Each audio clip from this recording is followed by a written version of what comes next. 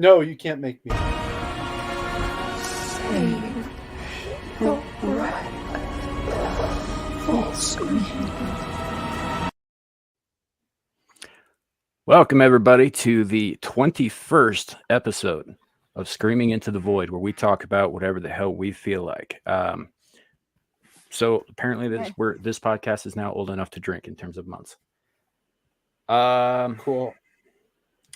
Yeah, so we were going to be streaming to Rumble as well, but apparently I'm having some fucking issues with that. So I guess we will try that again next time. But I can stream to Rumble now, so there's that. So with me today is my lovely co-host. Kat is tired. How are you doing? I'm tired, but I'm good. How are you? I'd be better if I could go 5 seconds without hitting my head on the damn microphone. And we also have with us today Mandatory Carrie. What's up, brother? Yeah, fuck you. So Better response than me. Right.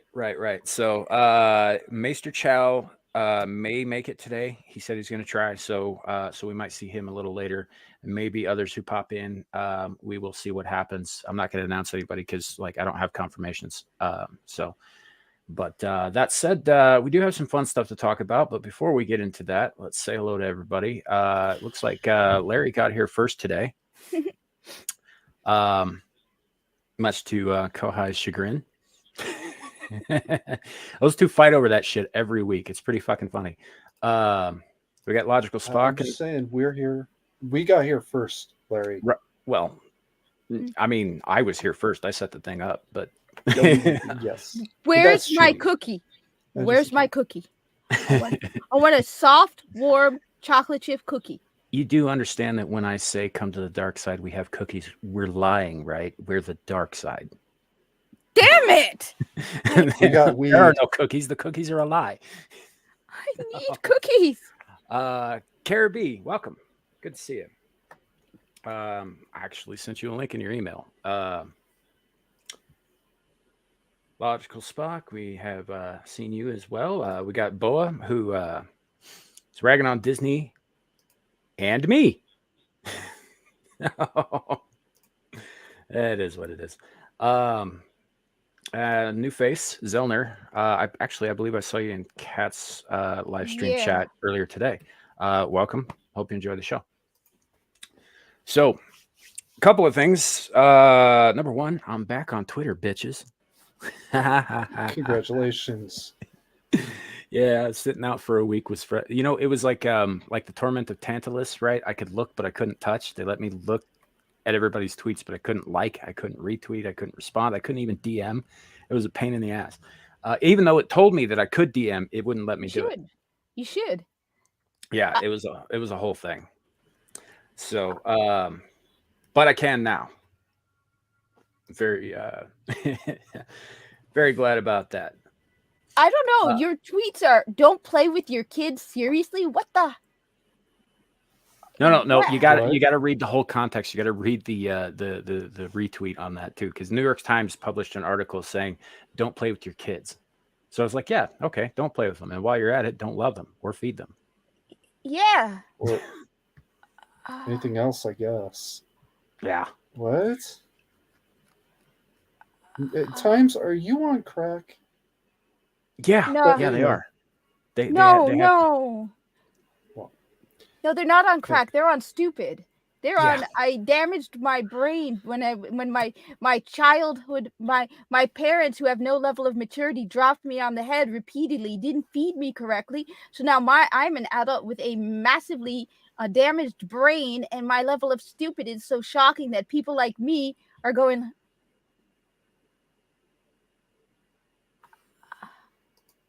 What? Yeah. How? So it's reactive detachment disorder. Right. So that was just me being sarcastic with my response there. I was like, yeah, sure, don't play with them. Don't feed them either. As long as we're not taking care of our kids. Let's go whole hog. Yeah. Wow. Kids need to be played with, folks. They need to be played with. They need to be paid attention to. You need to include them in your lives. You need to speak to them and teach them and love them and play with them. And you definitely need to feed them, folks. No, you don't need to feed them. It's totally irrelevant. I mean, when Yeah. Play is how kids learn how to interact in the world. If you don't play with your kids, they are going to be socially stunted. and they're your kids, you're their parents. You need to show that you love them, you care for them. They need that. Interacting with your kids is a good thing. Yeah. No, it absolutely No, is. apparently not. You're supposed to put your kid in front of the TV and let them absorb that garbage? I am proud to say, Worked for as me. a father, I am very proud to say that many, many times I have been during the Floor is Lava game. I have been the lava monster. Oh god, that reminds me. When I was a kid, we used to do this thing where we would hide from my dad. We'd be like, "Daddy's coming home," and we would all hide, and he would chase us around. But then my father did not allow us to have TV. Like when we moved to New Jersey, we didn't have cable, so there was no TV during the week period. And if we did get to watch TV, it was with the bunny ears. And you know what? Glad, because my dad would come home from work, and instead of sitting in front of the television, would come and play with us, pay Right. attention to us. I miss Eat the Baby. Yeah. No, eat the babies when you hold them. Yeah, right up on Yeah. their ear. Yeah, no, that's one of those things that you've only got a limited time as a parent with that child for, because it grows so fast. I used to sing one of my kids. I used to sing her to sleep. The other one is my stepchild, and way past that by the time I got him. But the younger one, I used to sing to sleep against my chest, and it got to a point where that child would not allow me to sing anything because she feared I was going to put her to sleep. Like, to this day, Smart kid. she hates it when Dad sings. So, Smart kid. yeah, so it's just it's a whole thing. So that being said, speaking of Twitter and the garbage on it, let's see if I can get this. I'm kind of running a little laggy. I've got like a bunch of windows open right now. I can close that one, actually. That'll help. Oh, Kohai gave me my cookie. Thank you, Kohai. Yes, she did. So this cute video right here. This is a false flag attack. They're looking for this person wearing a gilded MAGA hat who attacked a bakery. Was that a bakery? I can't remember if that was a bakery or not. We'll check the thing here in a second. But anyway, they apparently hosted, or it's a donut shop, I believe. They hosted a drag queen event at one point. And so this guy goes, he breaks the windows, uses it with the bat, then chucks a Molotov cocktail in, and does everything to cover up himself and his identity. He's got the gloves on and everything, but he makes damn sure you can see that "Make America Great Again" on his brow. Though honestly, even if it were real, I if they had a drag event in that, you know what? I support you, man. I'm sorry. I'm sorry. I don't like people. But at the same time, dude, you what you're doing to kids shouldn't be. You should. I shouldn't say it. They know what they're doing. Yeah. I'd like to know, where was the owner Here. at the time of the attack? Oh, Why not? I wouldn't be surprised if that was the owner. Yeah, that's exactly where I was going with this. Because I mean, nothing brings in business like being a victim, right? Well, first of Yeah. all, there's that. This Then there's might not insurance. even this might not even really be politically motivated. It might be a stunt to bring in customers. Oh And there's yeah. that. And there's the insurance. Mm-hmm. Yeah. Yeah, and let's be honest. You know, people are seeing. Even I'm kind of feeling for the guy a little bit, not a whole lot, but No, and I'm I'm not saying, feeling- well, you know, if I was local and Mm-hmm. I might swing by there and buy $1 or whatever it was. So but you know what? You said it's a false flag. Okay, well, let's prove it's a false flag first. All right, he did have the MAGA cover, so that's not helpful. for whoever's false flagging it. I mean, that's kind of like putting a big flare on it, saying, "Oh, it must be a right winger," but No, that's on the other exactly what they're hand, doing. Yeah. The thing on is, the other an hand, conspiracy theorist. look, If I were the guy who wanted to torch it, I would, and I was a right winger, I might do that so that I could claim it was Hey, a Lou. false flag later. no. She You in know here? what? I have no sympathy. Yeah, she's I in am chat. sorry. I'm sorry, but anyone, the moment I found that you said they hosted a drag event, as I said, you're my hero, man. I'm sorry. I know it's harsh, but you hosted a I- drag event with kids. You deserve it. I have no Yeah, sympathy. yeah. I think this guy's I think he's a hero. If it were a genuine thing. Now, I- fair I- dues. I don't know. It says here that they hosted a drag queen art show, so I don't know that there was, in fact, like, Stop, like stop, physical stop, drag stop. queens Don't- present. But There's no way to split the two. Don't try to make sense out of something that you, please. I'm just saying I don't Back have to all of reality. the facts. I'm just saying I don't have all the facts. I only know what I saw and what they're saying here. The thing is, even if it's a bakery hosting a drag events are basically sex. Well, the stuff. recruitment drives. Yeah, is what they they do are. They're not recruitment belong drives. in bakeries. They belong in bars Strip clubs. far away. Yes, strip clubs, bars far away. So, as I said, I don't care if this was a false flag event or not false flag event. Dude's a hero to me. I know, and I know Tim and all of the others are like, we shouldn't be acting like this. But when you mess with kids, you deserve a lot worse. No, than this. first of all, if it's the Tim I'm thinking of, he's not saying that. And I'm a little bit more flexible about the venue. I'm not flexible about you better goddamn have something over the windows and something on the door that says adults only on Saturday the 12th after noon or whatever. And actually mean it, because no kids at a drag event, period. I mean, there's a reason why porn sites have you check that little box that says, "Are you 18?" Hey, Squatch is here. Cool. Cool. What kind? What do you mean? What type? What? Two different types? I like chocolate chip cookies, You'll leave her a Soft. cookie. but I'll take any cookie right now, except oatmeal raisin. Those I are love- copies. You're I dead to love me. oatmeal raisin.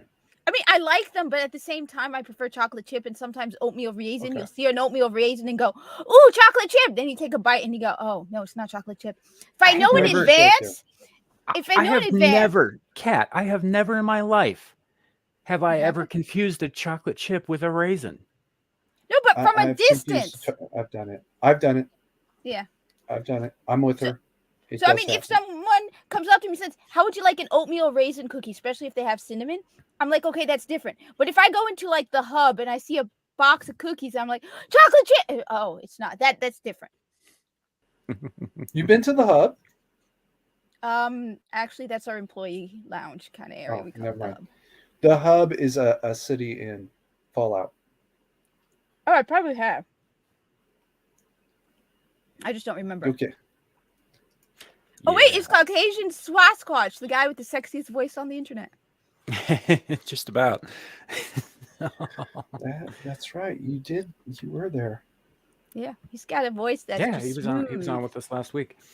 So yeah, that's but that's going on. Anyway, the drag event is being used as like, oh, we did this thing and now we're being attacked by the right wing. And obviously, like as you could see with the video, guy was wearing a MAGA hat, a clear MAGA hat, which I'm not 100% sure. Because there's some stuff on that hat I haven't seen before in MAGA hats, like the gold gilding. But I have. yeah, out where I live, it's not, people don't generally wear the hats. They just, don't vote blue. Oh, I have one. But yeah, With no, the he guilt? just Let me see. I have mine. Look, where can I find this so I can say I fully support this man's actions? well, this man again, Kat, I think because he made that so fucking visible, I think this man is either on the left or he works for that place. I'm with the second theory. I'm suspecting that this is somebody working on behalf of the owner Yeah, specifically. Something more. Insurance. well- This is insurance. Right, but This is insurance. because the politics stuff gets attention, Yeah, that too. they go Yeah. in this way because, like, hey, we were the poor victims. Please come support us. Yeah, I can't believe anyone would support this. So Yeah. that's my guess. I could be wrong about that, and you know what? Maybe it was some jackass on the right who did that too. That's possible. It is possible. Yeah, but, and it's possible monkeys might fly out of my ass, but it's also which yeah, is it's also of the two that's more likely. yeah, it's also extremely unlikely because generally speaking, people on the right don't go fucking with private businesses. That's true. Molotov cocktail. Those are the two words I need to know to say, wait a second. No. Yeah. So So something about the story is beyond suspicious. oh yeah, it's fishy as hell. But it is what it is, man. And it was just something that popped up in my timeline earlier, and I was like, I should bring that up today. Wait, did you just see what Tim Pool just posted? I am not No. currently on Twitter, so no. Twitter employees were selling verification for upwards of $15,000 for certain accounts, mine included. This is from someone called Chairman. They would refuse to verify you through the standard application and then privately offer to verify you for money behind the scenes. And then the investigation needed, and Elon Musk responds, "Yup." That doesn't surprise me. Oh.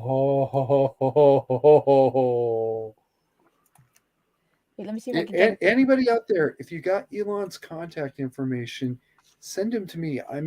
Would love to speak to him about this matter. Let's make it 20,000, by the way. He tends to respond directly to a lot of random people on Twitter, but you're not on Twitter, and I don't believe you're allowed on Twitter. I don't believe You want to are be on Twitter. correct. But yeah. Let's let me and Elon discuss that separately, I'm and then you'll see mandatory carry with a blue check. Go ahead. What? Well, I mean, you could get it for $8. I'm tempted to get it just to make all these people on Twitter throw a fit. I'm just trying to find that clip. Where'd you get that tweet from? I got it bookmarked. Let me the one with the video. Hold on a second. I think that was I could just look on my stupid computer screen instead of my phone. That'd be easier. It's from at Now This News 21 hours ago. Okay. Just I'm just thoroughly I don't anyway. Sorry about that. All right. Yeah, no worries. But yeah, no, I don't generally run Twitter while I'm streaming because I have a hard enough time paying attention to the other three things I'm doing. So, that said, and 3,700 employees in a day. Thoughts? Fired? Not Oh, enough. Yes. Well, They get paid. they were given generous severance packages, 3 months of pay. That's Like they're being paid for the next what did 3 you do months. to earn 1 month? Well, they're being paid for the next 3 months, except that they are no longer required or I think even allowed to go back to work at the office. So they've been let go, but they're still being paid for the next 3 months. It's a whole severance package thing. And it's like something like half again what is legally required by their Bitch, contractual the last time obligations. I got fired, I was out on my ass the next morning, and that's it. Did you work for a giant tech corporation that leans towards the commie? I worked for a No. big box business, and There I you was go. furloughed. And I was furloughed in the middle of the coof and told, "You're Fired. out." Yeah, furloughed. So I was eventually called back again. Yeah. So I don't know. But now I think I said this last week when they were talking about doing this. I don't celebrate people losing their jobs. and I don't think that that's a good thing any more than I celebrate people being executed. If they have it coming, and I think it's a good thing, then I will be, all right with it. But I'm not going to celebrate it. And that's like when it comes to executions, for example, some people need to be put down. I agree. However, I think that the moment you start celebrating it, you're no longer an executioner, you're a murderer. The only thing I would say to that, though, is, and I Then agree I'm a with you, murderer. the only thing I would say to that is, while I agree with you, I don't, as someone who lost their job and it was just devastated by, especially it's a job that I love. At the same time, these are the people who were censoring us. Sure. And so it's like, maybe, yeah, I get it. There's some people I feel bad for who probably were genuinely hardworking, genuinely good people. Name two. Like you said, probably, I don't know. But the majority, I mean, they got rid of all the different censorship, safety, Yeah, and whatever. the human rights departments. Yeah. No, and I get that. I do. And I think that they needed to go. I agree with that. But I don't need to celebrate like somebody losing it. And first of all, a lot of these guys are going to have a job tomorrow anyway. Yeah, where they get You know, their iced matcha. Unfortunately, They'll go work for Zuckerberg or something. But so most of those guys aren't going to be out of work that long, but they're sure as hell going to play the victim card because that's what they've been doing this whole time, and that's on them, whatever. But even then, I'm still not going to celebrate somebody losing their livelihood any more than I would on somebody on the right. I would. However, I will absolutely. I'll be that guy. I know you will. I'm with him again. I mean, one of the reasons I didn't spend as much time on Twitter is because, I mean, you got booted off of Twitter for saying men are different than women because it's pathetic. And then have you seen the video of A Life in the Day of a Twitter employee? Mm-hmm.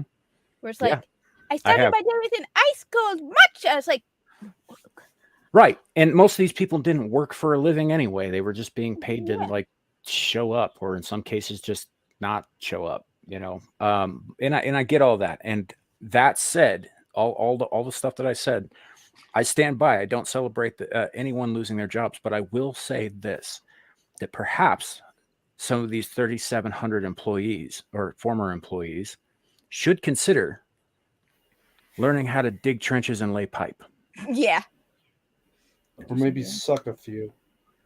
Did you see that by Boa? Do you see where I'm going with this, though, Kerry? Because you're the same assholes who went out and said learn to code to all the Keystone pipeliners.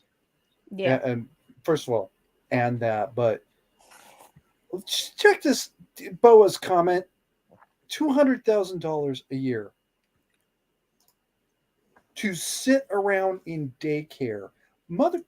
Girl, I was in the wrong industry. I was getting guns pointed at me and chased by coyotes and everything else by the same people, by the way. They're getting this $200,000 a year and getting in my face about doing literally my job. And you're getting $200,000 and you're the victim of anything. I agree. I mean, come on. They make more than four times the amount I do, and I'm on my feet from the moment I walk into the goddamn store until I leave. And yeah, my job isn't even like Carrie's job or a lot of other people who actually work even harder jobs than me. And I mean, and they get, you know what? We're lucky. Now and then they'll suddenly, like during the summer, buy us a whole bunch of ice pops and ice cream. You're telling me you got wine on tap? And your meals are made for you, high quality, and you got your ice mocha, and you got your yoga room, and you got your foos table, Take and your yoga and shove it up your ass. You didn't happen to look up what a matcha was in between now and when I asked you this morning, did you? Because I still don't know what a matcha is. I know some kind of coffee thing. Ignorance is bliss. Let's go with that. All right, here we go. Iced matcha. It's some kind of beverage. Boa, you don't want to know. Coffee thing. Why don't they just get coffee? Why do they got to have 18,000 different versions of the same thing? An iced matcha typically combines cold brew with milk and chocolate flavoring. However, I think the one that this person had was green tea because it was green and reminds me of something like the green tea they have from Japanese restaurants. And apparently there's a difference, between an iced matcha and an iced latte. Okay, as I said, we're lucky. Is it a regional difference? I don't know.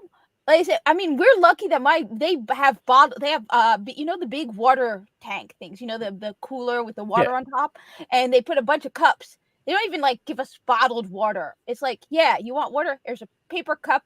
Go drink from the thingy. And that's only like in the last couple of years. It used to be go to the water fountain. So, yeah. We just installed a new water bottle refiller / water fountain.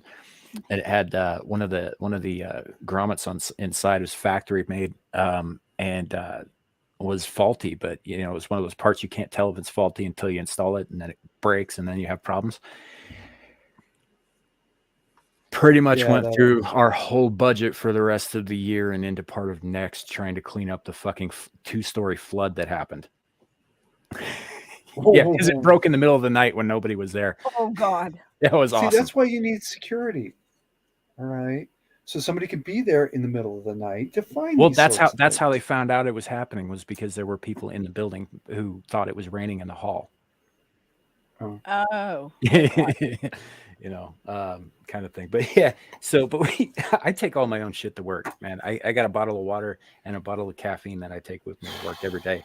Same. Take all my Red Bull, Goldfish crackers, Nutri-Grain, ramen. Or I go to the Amazon Fresh next door. Well, Boa, I almost guarantee you the guy who sold your sandwich, if he made a lot more money than you, would have probably stolen it anyway. I mean, sandwich stealers are sandwich stealers. Doesn't matter how much money they make. No, I think Boa means that the people who work for Twitter make six figures, and he makes. I know. I was trying to be funny. It didn't work. Oh, okay. Sorry. No, we thought you were being serious. To be honest with you. So sometimes my humor doesn't translate, and sometimes I just suck at it. It happens. You just sucked at that one. Yeah, that one just There's sucked. that Sorry. One. Yeah, no worries. I mean, what were half of these people even doing? Sitting around all day just playing foosball? Basically. Yeah, they take breaks air out hockey. from their or air hockey. From their foosball, air hockey, jerk off sessions to ban somebody for something that doesn't justify even noticing, because what's wrong with this block button that people don't seem to understand? See, I don't block anybody. Well, okay, so you don't block anybody, but somebody else can block you. Sure. I've been blocked. It's fine. They don't like the name Samuel. All right, so they block you for that. Well, some people block me because my handle is at Hentai Surprise, which hilariously has garnered me a couple of followers who only post hentai, which I'm a little unhappy about, because I was like, it was a joke and it has nothing to do with what you're doing over there. Please keep what you're doing over there. That would have been me. Yeah. So, yeah, I don't know. It's like, oh, somebody liked your tweet. Oh, it was like hentai something. And I was like, okay, I'll click on their thing. I didn't need to see that in this life or the next. Trust me, I've had that happen at least twice, where one guy was, sometimes I like to, because you can't tell if someone's being sarcastic or serious. So sometimes they make a comment that's borderline between the woke and the non-woke. So I will check their profile, and I've had some pleasant surprises. Yeah. I did not define pleasant. Poor. Unpleasant. Unpleasant. I had one where some guy was literally putting the thing you put, the butt plug thing. Yeah, it's called a butt plug. Yeah, which I don't even know why. I don't even want to know. Don't even tell me. Because it plugs your butt. Why? I don't know. You know what? I don't. You know what? Let her be happily ignorant there. Yes, Sam. please. Happily ignorant. It could be worse. And I'm not going to define it for you, and neither is Carrie or anybody in the chat, guys. But it could be worse. Ryan asked her last night on Legion Talk if she knew what a pink sock was. I do not want to know. Yeah, we're not going to tell you. You don't want to know. Don't look it up, and we're not going to tell you. But that was much worse than what I just said. Look. Oh. And then there was another person who her screen name had hijabi in it. So I was like, oh. And the only thing this person tweeted was literally porn. Was it one of those things where she was only wearing a hijabi? No, I don't even think it was her. I have no clue. It was literally a guy and a girl going at it. You could see everything. It was like, how is this even allowed on Twitter? Yes, it is. Yes. Child But porn you- was allowed on Twitter. Wait. So I can't say something like Yes. misgender somebody, or say that men are different than women, but someone else can literally post a video of them going at it. But you Yes. can butt rape a kid and That Twitter is doesn't care. one of I'm the not even great joking. one of the great things about this changeover in management. Vidya fucking Gotti is gone. Yes. She was like their Yeah, I know. editor, not editor. She was their basically the shot Editor. caller. She was the shot caller. She was the lawyer. She was the shot caller. She was That's an attorney. protecting and promoting subhuman child am. fucking degenerates. She's an attorney. Are Yes. you joking? No, I'm not joking. no, she's an attorney. She did a State. Joe Rogan show a couple years back with Jack Joe Rogan and Tim Pool. Yeah, and Jack Dorsey, the Yeah. guy who created Twitter. All of them were on there. And Tim Pool was hammering Dorsey and Gotti with questions about their banning policies. And she was doing the slick lawyer thing. And Jack Dorsey spent the entire time there looking at his fucking shoes like he was a broken, beaten puppy. No, In but what the best state is she a licensed attorney? I will file Probably a criminal California. complaint. Yeah, probably be California, man. No, well, I mean, at one point, Tim Pool was pointing out that their misgendering policy is slanted. He's like, to someone who is conservative, if you tell somebody that their gender is opposite what they were born as, that is misgendering. And she's like, I will Mhm. take that under advisement. He's like, your own policies are biased. Well, I mean, technically, though, Carrie, the vice president is a lawyer, but only technically. Don't Yeah, remind Kamala me. Harris. I want to file a criminal. No, we're not going to talk about that right now. No, we're not going to get into that. I'm just saying that you'd be surprised who has passed the bar and who hasn't. All right. I have to just ask one thing. So you're basically saying that the dumber you are, the more powerful you become. Yes. So, and that it is, and that if you are really, really stupid, you can become a lawyer. I And if mean, you're criminally incompetent, you can according to- become vice president. Yeah, according to Nick Rekieta, that's absolutely the truth. I'm definitely in the wrong line of business. I work in a retail store. You guys seen My Cousin Vinny, right? No, you're intelligent. You can't be an attorney. You guys have seen My Cousin Vinny? No, I have not seen My Cousin Vinny. I Is- know Danny DeVito's in it. No, Yes, it's but a Joe long time Pesci. ago. But Joe Pesci, okay. they're asking him like when he passed the bar exam, he's like, oh, you passed your first time out? He's like, nope. And your second time then? Nope. And he's like, well, third time's a charm. He's like, nope. For me, 6 times was a charm. It's like, well, how long you been practicing? Almost 6 weeks now. And it's a murder case. Anyway, watch the movie. It's hilarious. I just looked it up on YouTube, on Amazon. It's $3.99 to rent it. I might do that. Yeah, And it's, he Absolutely. solves it with a female who loves cars more and knows more about them than probably everybody on this panel combined. well, I guarantee Well- she knows more about cars than I do. I don't know fuck all about cars. Me neither. Though that reminds Yep. me of Legally Blonde, where the idiot with the He does. dumbest person was a lawyer Mm-hmm. who solved it because she figured out that the guy was gay. Wow. It's still a better movie than pretty much anything coming out today. True. And that's You're right. sad. That is so sad. That is You very know. sad. That movie was kind of funny. I mean, I The enjoyed it. the first one, not the second one. I saw the second one. The second one was stupid. The I second didn't one, know there was a re- second there one. was a second one. Do not waste your time watching it. Apparently, by the end, you find out that her dog is gay, I mean, because that makes sense. I'm sorry, this is not meant to offend anybody, I- but no. Dog is I'm gay. gonna say this right now. I don't think any dog is gay. I just think they're not choosy. On top of that, let's keep in mind that the majority of dogs and cats have been fixed. Yeah. And if you haven't, you really should, because heat for a dog or a cat is not a pleasant experience. One of the reasons why I immediately did it to my cat was because they said that a cat goes into heat, and then they will come out of it, but it's not once a month, it's constant. So they will spend a week, and it is very unpleasant for the cat, for the female cat. So it's like, yeah, it's expensive, but I'm not going to have my cat suffer. Oh. You mean a happy Apropos dog? apropos of very little, Boa points out that the judge from My Cousin Vinny was Lurch from Addams Family. Yep, Oh, from the television show Addams Family. Not the Addams Family. It wasn't the Addams Family. It was no, he wasn't Lurch. He was Herman Munster on the Car the 54. Munsters.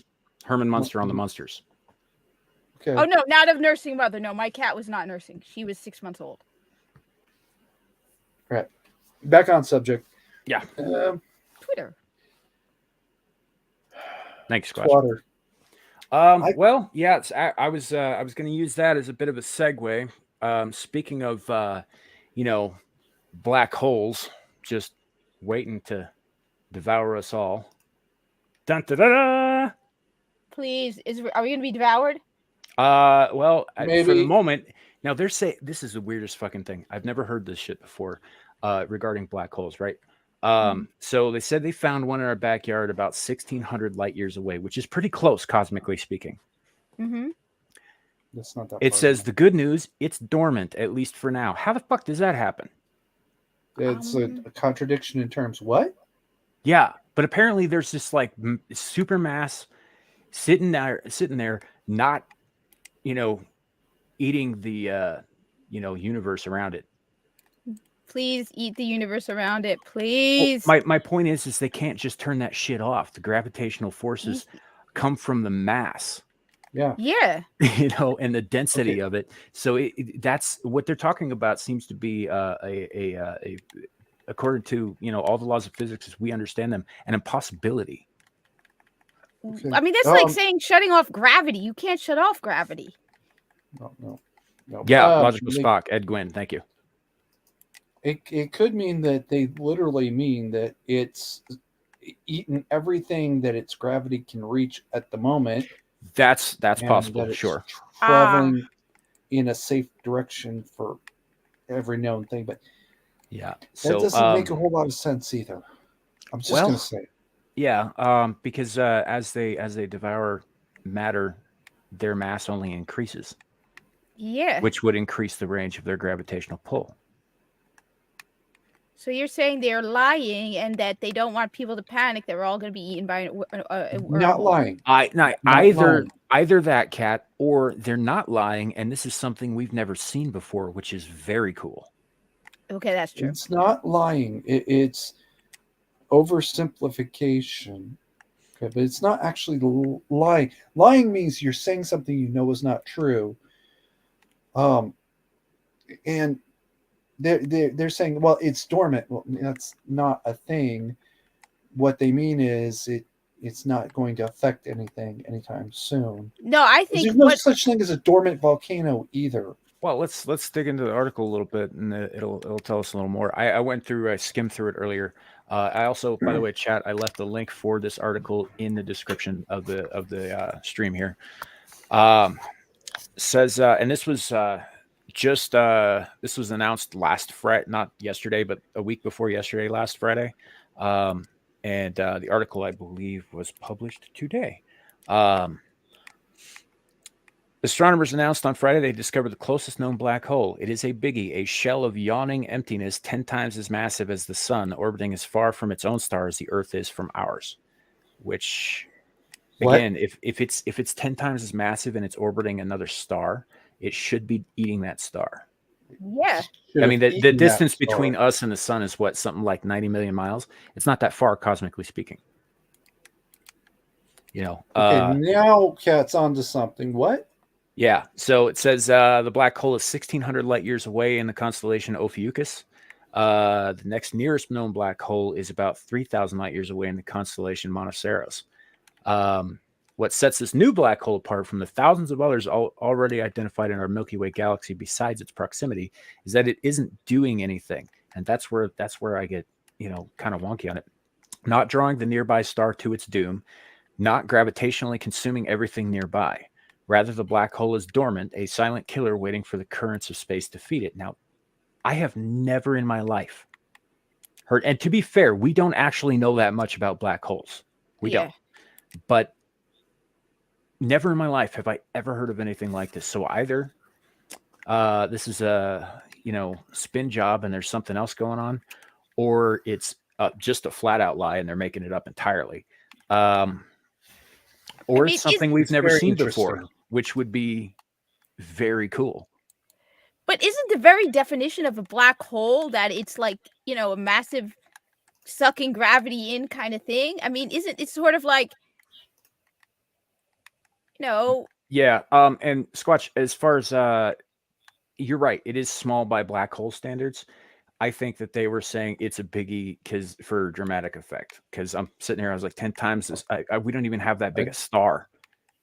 I in don't terms even of think mass. that's what Squatch is talking about. They're small by black hole standards is as big as our entire solar system Mhm. for gravitational effects. So, and the fact that it has a star that apparently is circling it or something yeah. tells me something else is going on here. Whether they're lying or something else, I don't know. That's exactly the opposite of what is even theoretically plausible. So there Hmm. might still be an accretion disk, though. Well, that's there what they're as well. saying is that there isn't one. There should be. There's no Because it should be absolutely catching like passing particles and stuff, because that stuff space is not as empty as people think it is. It's full of like microscopic chunks of crap, and all of that stuff would be getting turned into plasma.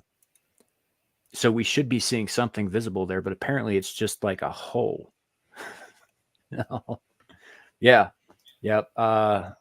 And Well, again, doesn't make sense. Still doesn't make sense. it's just something I heard about earlier this morning, and I thought this was kind of neat. So it gives a brief description of what black holes are in terms of like what we understand about them. Like they're objects so dense, according to Einstein's theory of general relativity, not even light can escape them.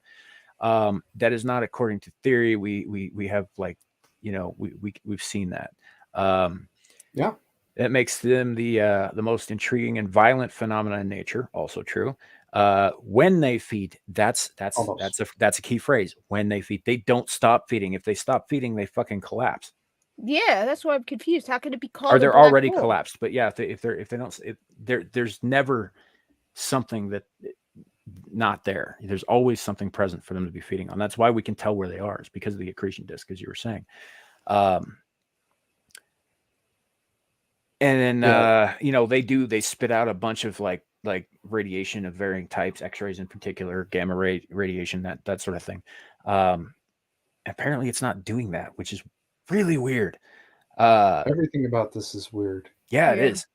But again, on the off chance that they are telling facts here, what a fucking discovery.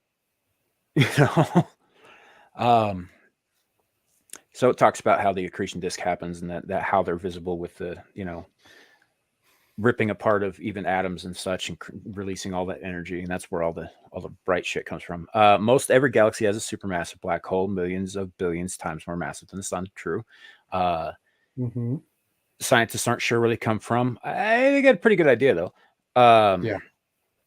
Smaller black holes are thought to form from massive stars that have reached the ends of their thermonuclear lives and collapsed. Probably millions of them just in this galaxy. That's possible, sure. Typically make themselves known by the X-rays, which Squatch pointed out. It's a whole thing. What about dormant holes? Those that are not currently coughing fire. Again, never fucking heard of these. Yeah.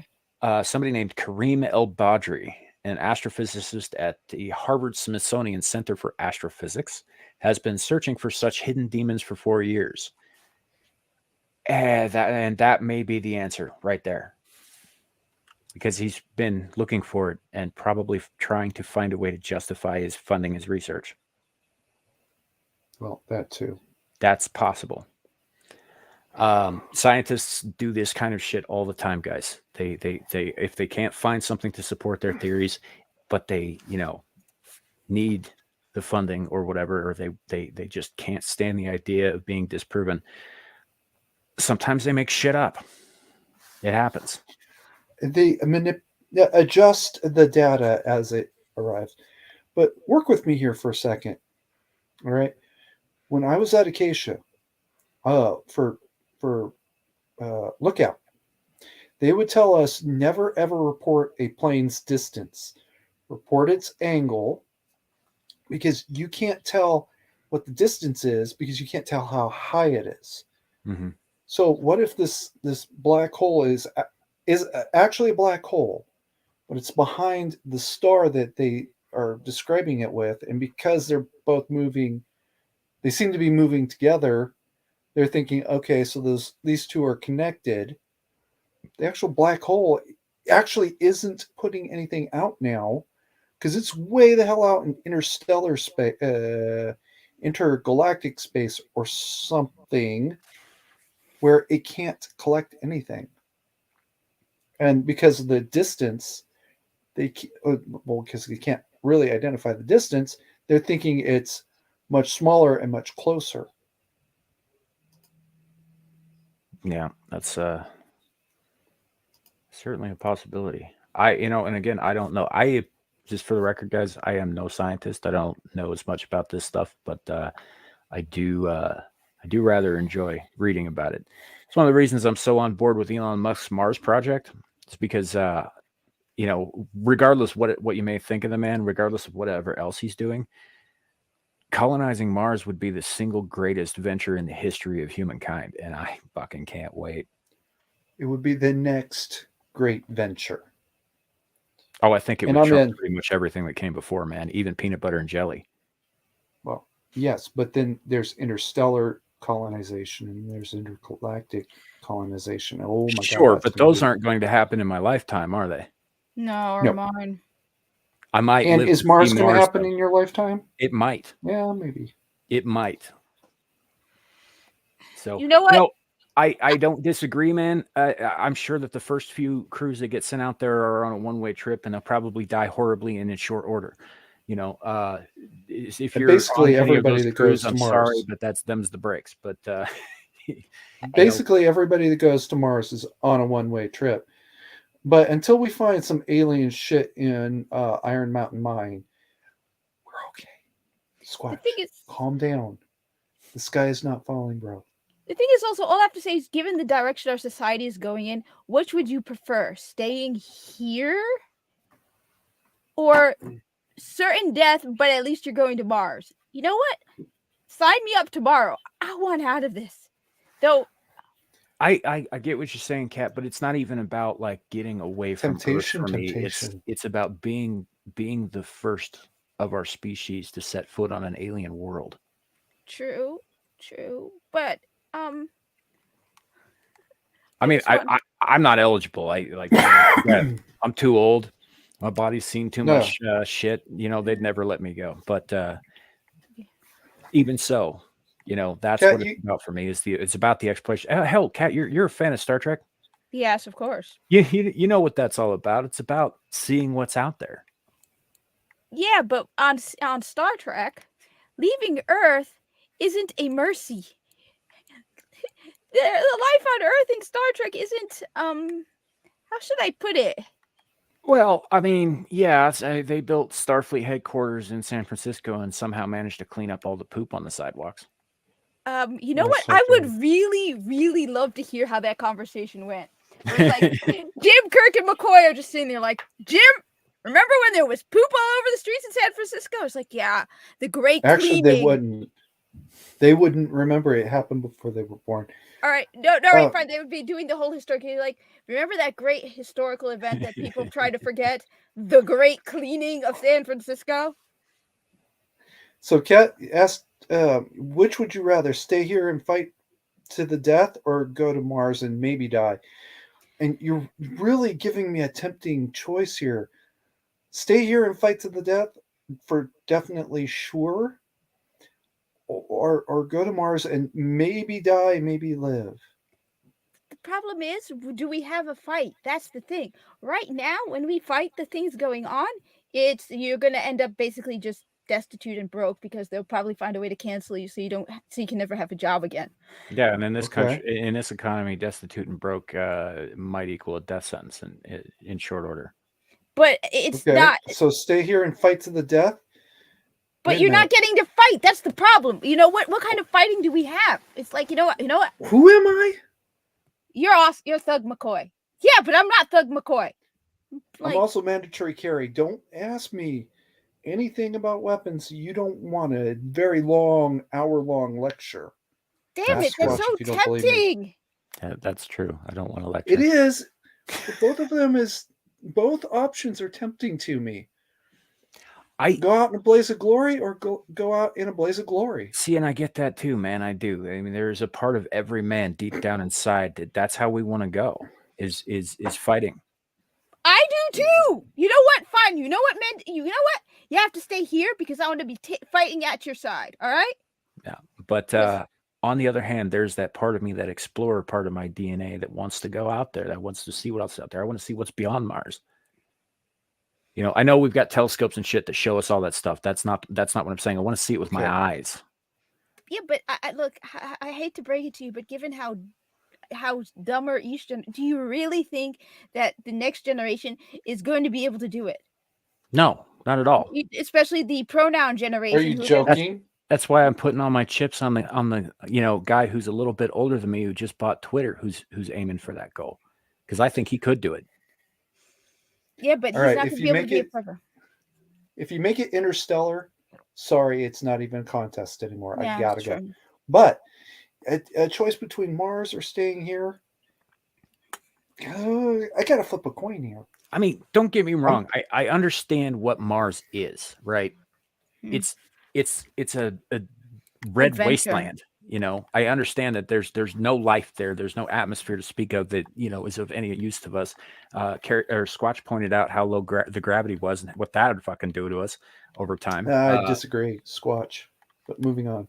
You know, but I mean, that's, and also even making it there is like threading a needle, you know, a million miles away.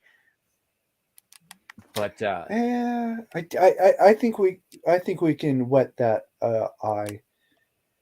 Sure. I think it can be done too, and I understand the risks involved, and I understand that once we get there, it may not, maybe it's just a fucking red desert that you can jump really high in. You know.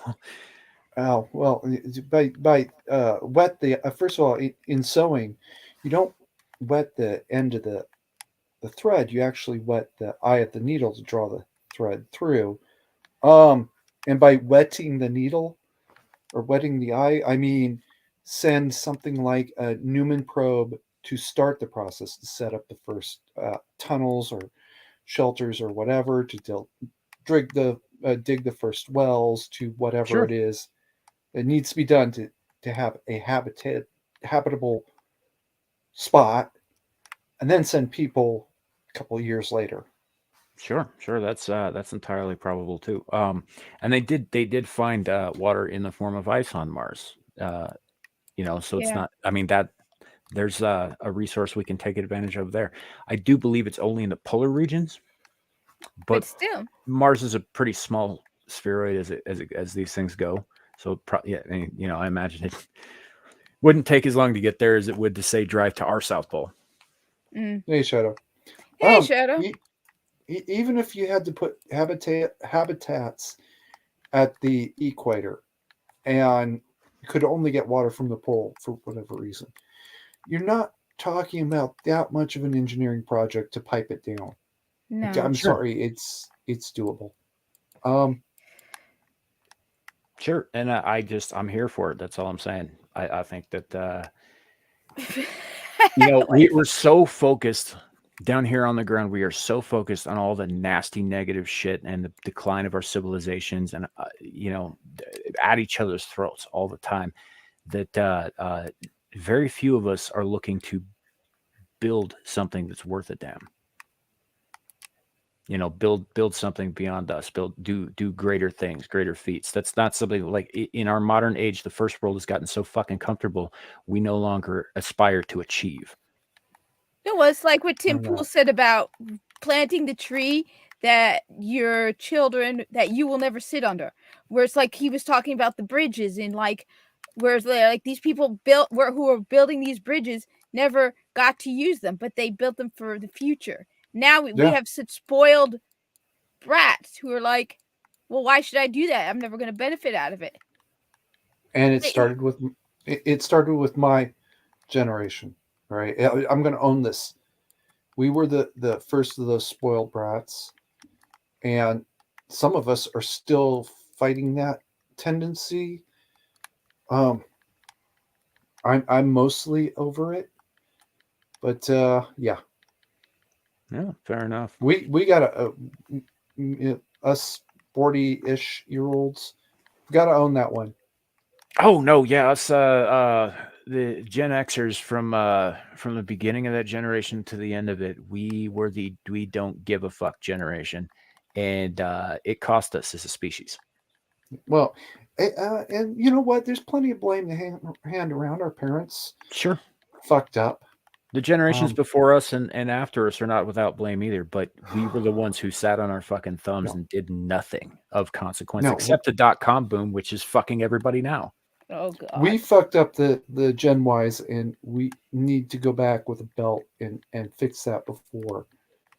But at the same time, I've noticed that some of the most based people are Gen X. They're the people who at this point are like, maybe they're realizing their mistakes. Yeah. But they're the people who are like, they've reached the point where like, I don't know, we're just like, yeah, this is just stupid. Move on, based, tired, I guess. I think that's We because a fucked lot up. of us have gotten to a point where we realized we fucked up and we're sick of the shit that got left in our wake. Yeah. We had to clean up from the fallout from Vietnam, right? Because our parents were too busy smoking pot to go. Now, my parents were not, but I mean, Papa Carey's a Vietnam veteran. But so many of their contemporaries literally were too busy smoking pot to say, "Hey, I'll do my part for the world." You see, hold on a second, Carrie. You see this shit? You see them speaking freaking belter in my chat?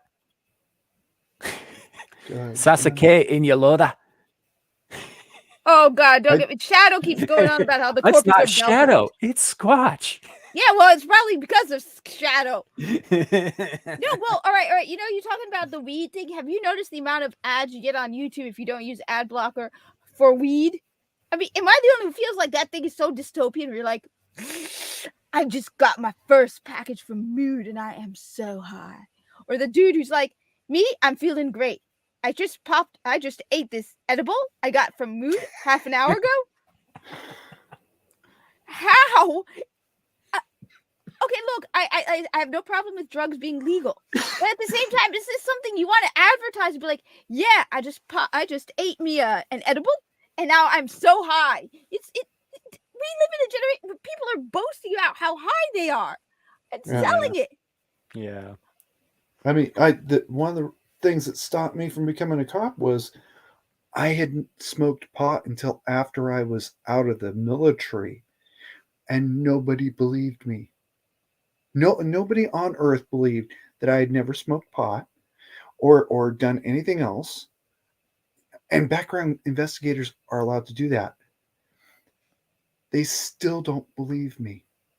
I smoked pot one time. I discovered I'm allergic. Oh, well, that's helpful. They don't believe me. Never mind. Let's just go back to black holes and Mars. Well, I've never done pot. I know guys I work with who've done it. I've never done it. Don't plan on doing it. Yeah, I would. Don't apply for a police department. Yeah. Yeah, because they're going to be eager to hire me. So yeah, getting back on. Joking. I'm not. I'm too. I not young enough. So getting back on the on Dr. El Badri. So he says he found the black hole by scrutinizing data from the European Space Agency's Gaia spacecraft, which has been tracking with exquisite precision the positions, motions, and other properties of millions of stars in the Milky Way. Now, I don't know too much about the Gaia spacecraft. I've been following the James Webb Space Telescope a little bit more closely than this.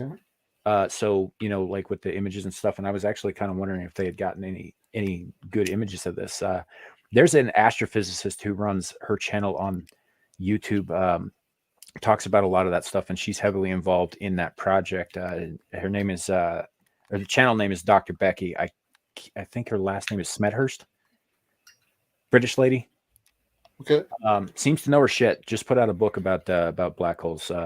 Stole Stephen Hawking's title. It's a brief history of black holes. Oh. But yeah, she does seem to know her shit. So like, if you want to know more about this kind of thing, she'd be the person to go to on YouTube, I think, that I can think of off the top of my head. Anyway, I'll put her information in the description when we're finished here. But so I don't know about this guy, and I don't know anything about the guy's spacecraft. I think I've heard about it in passing once, but being U.S. based, I don't hear much about other countries Cool stuff. doing their cool stuff aside from CERN. Who may or may not be directly responsible for the shit hole planet that we currently live on. No, they didn't do it.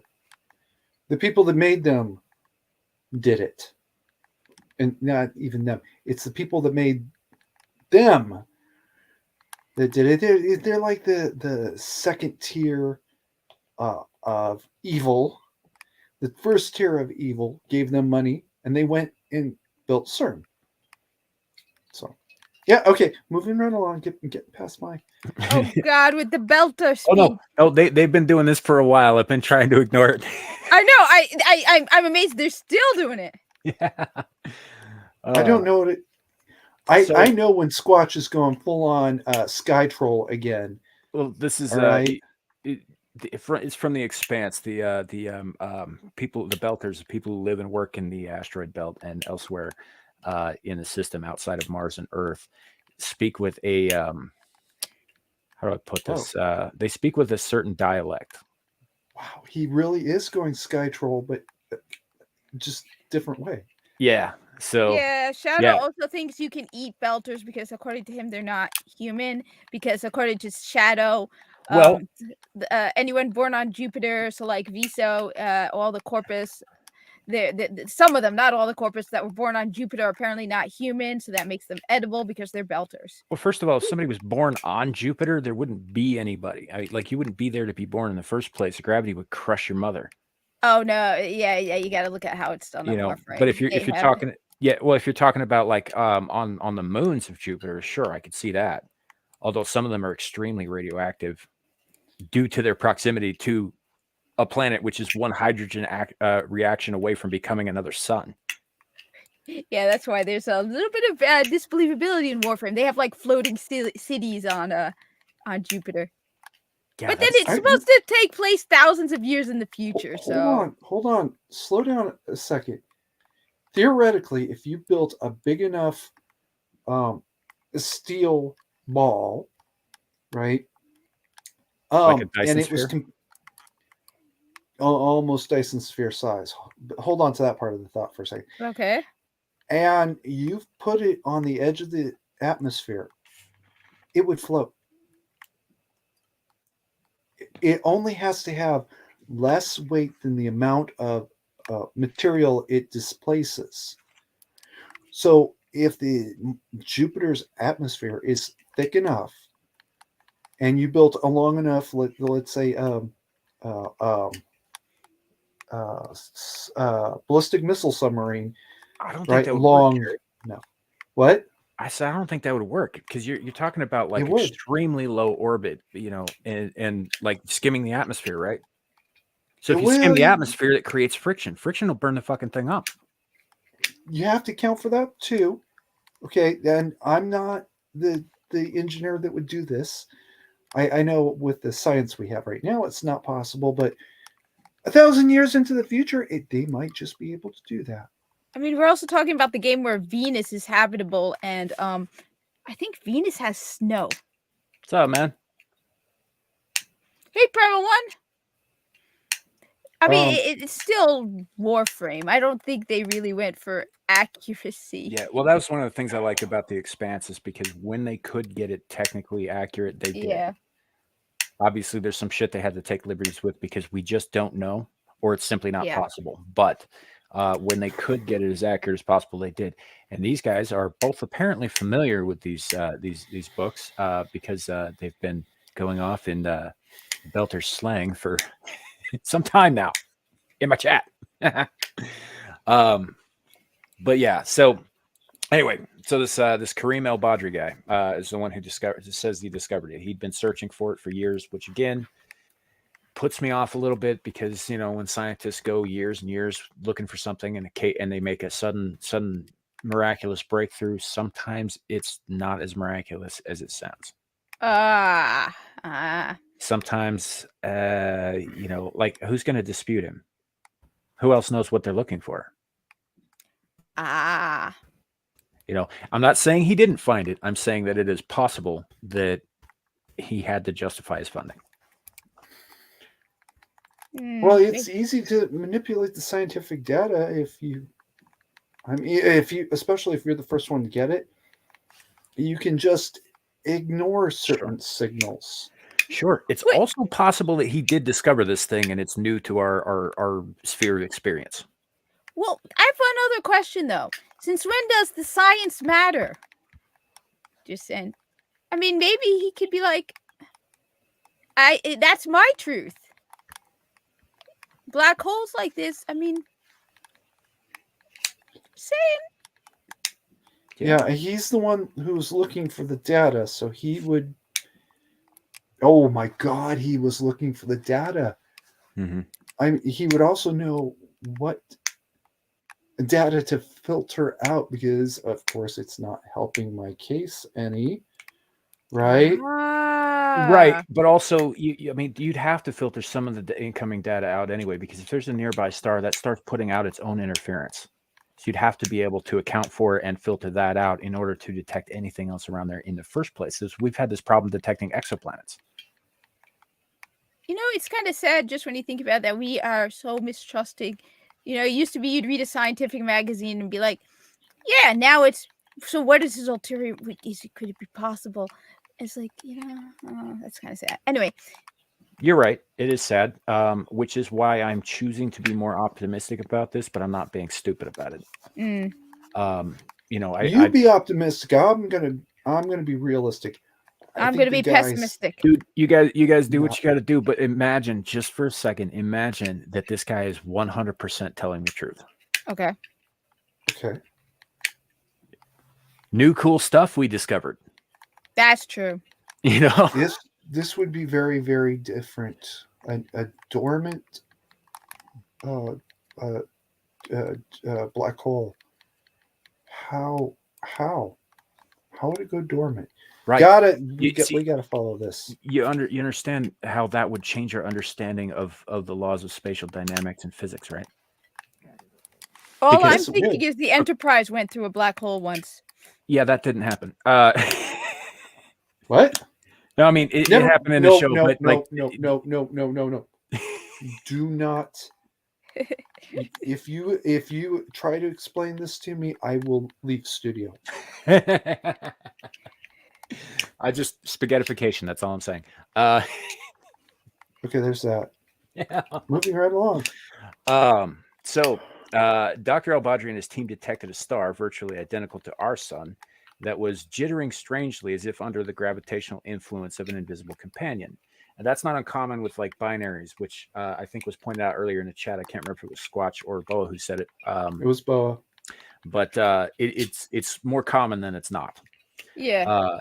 And they do tend to, one tends to orbit the other, and the bigger one tends to feed off of the smaller one.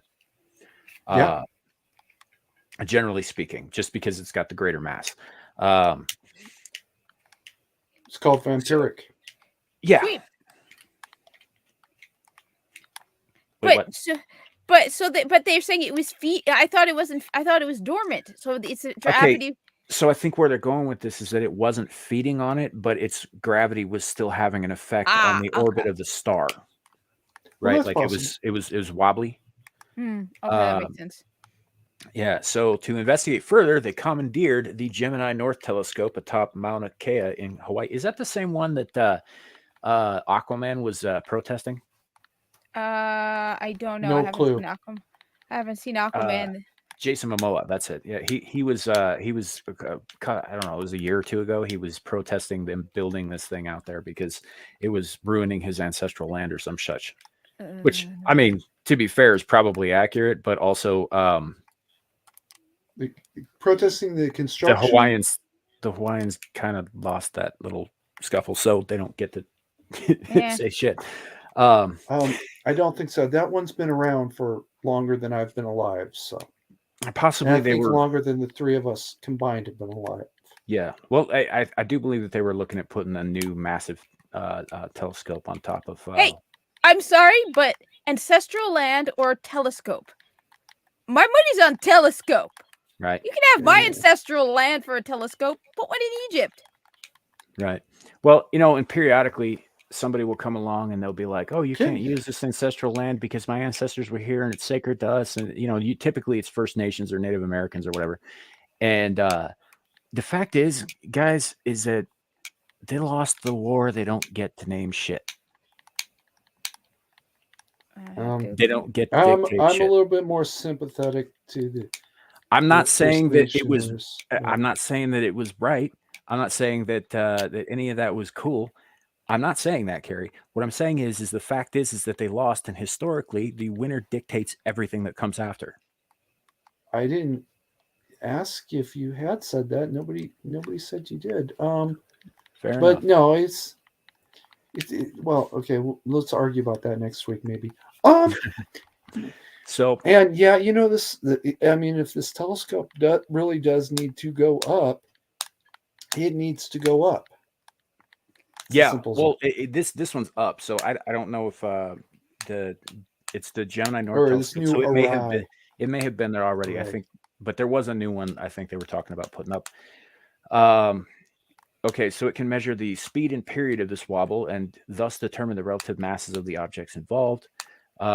Technique is identical to the process by which astronomers analyze the wobbles of stars to detect the presence of orbiting exoplanets. I think I mentioned that a minute ago, except this quarry was far bigger. Because yeah, it's the there is a slight wobble because while stars obviously exert a greater gravitational pull on their orbiting celestial bodies, planets, moons, that sort of thing, there is some pullback. The smaller things are not without mass, but they obviously don't have enough to like pull the sun out of its place. Okay. And all. But yeah. Anyway, and then part of the other problem was when the new planets would pass in front of the stars so that our telescopes could see them. I mean, obviously we couldn't see them; they were so far out. But it was the wobble that we could see on the exoplanets that was showing us where they were, and you could only see their shadows pass across that star. And that's how we found a lot of them, which is also pretty cool stuff, if you ask me. So they used the same basic technique to discover this thing.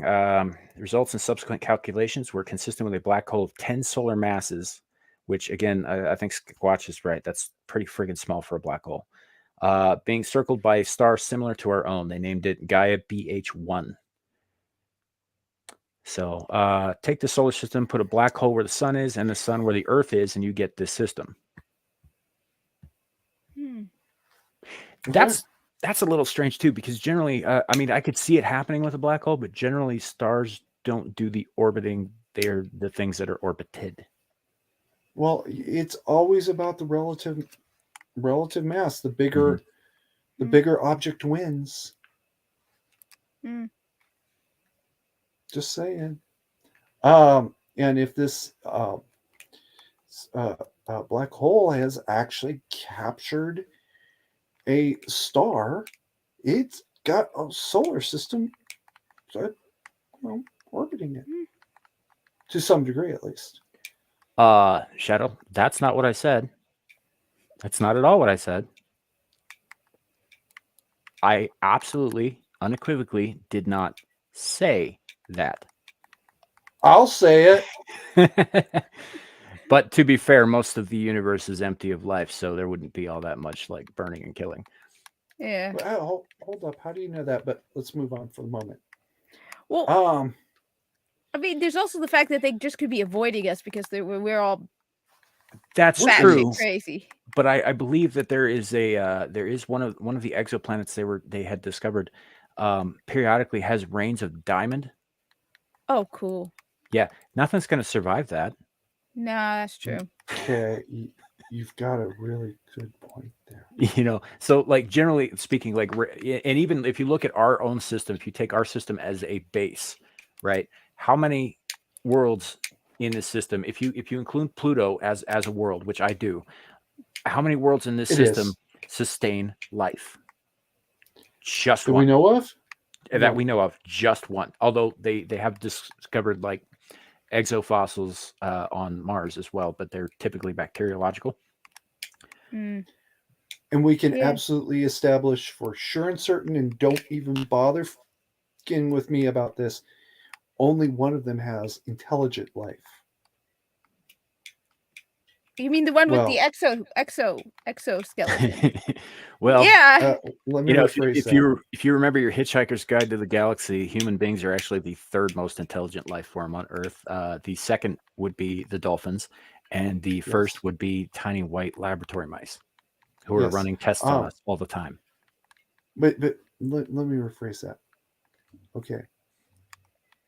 There's no intelligent life on Earth, obviously, but there's only one form of life in our galaxy, or only one planet in our solar system that has anything resembling intelligent life. If any of the other planets do, they obviously don't have any intelligent life because they can't communicate. Hmm. Or they're choosing not to. I'm just surprised they didn't include cats on that, given we basically obey every whim of theirs. So clearly they must. It was written by an Englishman. What do you want? But yeah, it's some neat stuff. Like, even if this is absolute fiction, which I'm not convinced that it one way or the other, but it's still some neat stuff. It says it's the nearest known black hole by a factor of 3, which means nothing. Go ahead. Well, you're talking at that point in ridiculously huge measurements of space and time. So let's keep moving along. I'm sorry, I shouldn't have spurred out like that. Moving on. Its discovery suggests the existence of a sizable population of dormant black holes and binaries. Now, I don't know that disagrees with it. It could be a unique phenomenon. I don't know that it. Obviously, yeah, with the laws of probability being what they are, if there's one, there's probably more. Yeah. But I don't know about sizable. There's nothing there to suggest that he's right. Let's move on to the next part. Okay. So the thing that gets me, and I think what they're getting into here is, all right, the progenitor of this black hole must have been a star of about 20 solar masses, which is, sizable. According to the lead theories, the star's death and subsequent black hole formation would have involved a supernova explosion and other processes that would have severely disrupted the other smaller star in the system. So why does the other star appear so normal? Huh. Because it's a captured satellite. That was my first thought too, is that it was a wandering star and it got captured in the gravitational pull. Which would indicate that wasn't a binary system to begin with. Oh. Okay, that's interesting. So, let's see. Well, I mean, non-binary systems are extremely rare, but look at us. We don't have a. Yeah, well, and that's what he said. He said it poses many questions about how this binary system was formed. And I think Carrie's right. I think that the answer is fairly obvious in this case, because a supernova event doesn't just like leave other stars unaffected. It can, on occasion, trigger their deaths too. Sometimes it just fucks up their chemistry so bad that they change into another form of star. There's all kinds of other things that would have happened before it just was totally unaffected. And it's also possible that it was a different form of star before that event. just because it resembles our sun now doesn't mean that it wasn't in some other form at some other point. That's when it- plausible. Mhm. Okay, I'm going to throw this one out there. Star A, all right, Mhm. collapses. It's 20 solar masses, collapses. In the event of that collapse, it ejects matter that gets caught up outside the accretion well, but inside the gravity well, and forms another star in the process. Yep. Here's your answer, Kat, from Boa. This is a quote, I believe, from The Hitchhiker's Guide to the Galaxy. The man who rules the is. galaxy lives in a shack in a jungle beneath an improbability field over the planet. He lives there with the Lord. The Lord is his cat. Okay, that's brilliant. That's brilliant. That yeah. I don't even have to know the book to know that's from the series. Yeah. So I do believe that was the end of the article. I did leave the link in the description. But yeah, it was just something that came up that I thought was really interesting. That is interesting. And also It is. I'm sure like a lot of you guys, Sorry. I get sick of talking about the same horrendous shit that we deal with day in and day out. Yeah. And- You know? Oh God, yeah. And we got to fight about astrophysics as opposed to the usual. So Well, that and that, finally yeah, man. changed. So when I started doing Screaming into the Void, for those of you who weren't here at the beginning, although a few of you quite have been here the whole time, and I appreciate it. I wanted a place to be able to talk about whatever I wanted to. I was advised against it by other YouTubers, saying that you got to find a niche, you got to stick with that niche because that's how you're going to grow.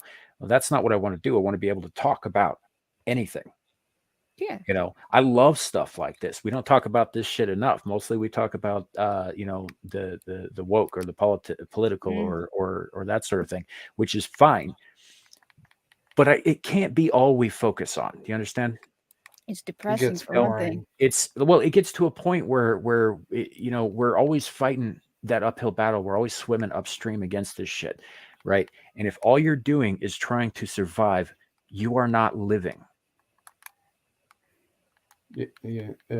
I just advised him against doing it because it's a load of crap.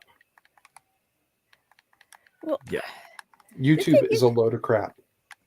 Oh no, I agree about Mhm. that. I think, like I said, one of the main reasons I make YouTube content is because I have to speak up. I'm in an advantage. I'm in a special. I have an advantage being who I am, and if I say something that's anti-woke, no one can be like, "Oh, well, you're just a straight white man. Your opinion doesn't matter." I can talk up against the whiny babies, and so they'll be like, "Well, you don't understand. It's all about representation." Excuse me. I don't explain to me how I don't understand. Please, enlighten me. So I felt I had a moral obligation, more or less. Making videos is so hard, and I have not made some real content in a while. I got to make a video about freedom of speech because you that whole thing with that actor really. Damn. Oh yeah, Eric July. Actually, I found out about Eric July not through Geeks and Gamers or through comics. I found about Eric July because of the Coof. Because I felt like I was completely alone, and here was someone who, and listening to someone else who I was like someone who is sane, and who probably was proven right on a lot of points. I'm not a leftist. Sorry. Yeah. So, but yeah, that's why I wanted to bring this stuff up, was because I love talking about the astrophysics. Obviously Totally I'm new not type of educated in it. star. I just think it's cool. Yeah. That's one of the reasons I love science fiction so much, because it expounds upon the possibilities where we don't have facts. Mm. And I'm not saying like, there are lies out there. I'm saying where we don't know about a thing. Science fiction allows us to explore ideas that could be possible. Science fiction is also just exciting and cool. I mean, the ultimate adventure is science fiction. Sure. But that's also why I love cosmic horror, because that explores the ultimate futility and bleakness of it all. It's still no. just as cosmic on scale. You know, but it's I'm like, still riding the high of thinking there might be a new type of star, and you gotta get into the Blake. Okay, No. let's get back up on the wave here.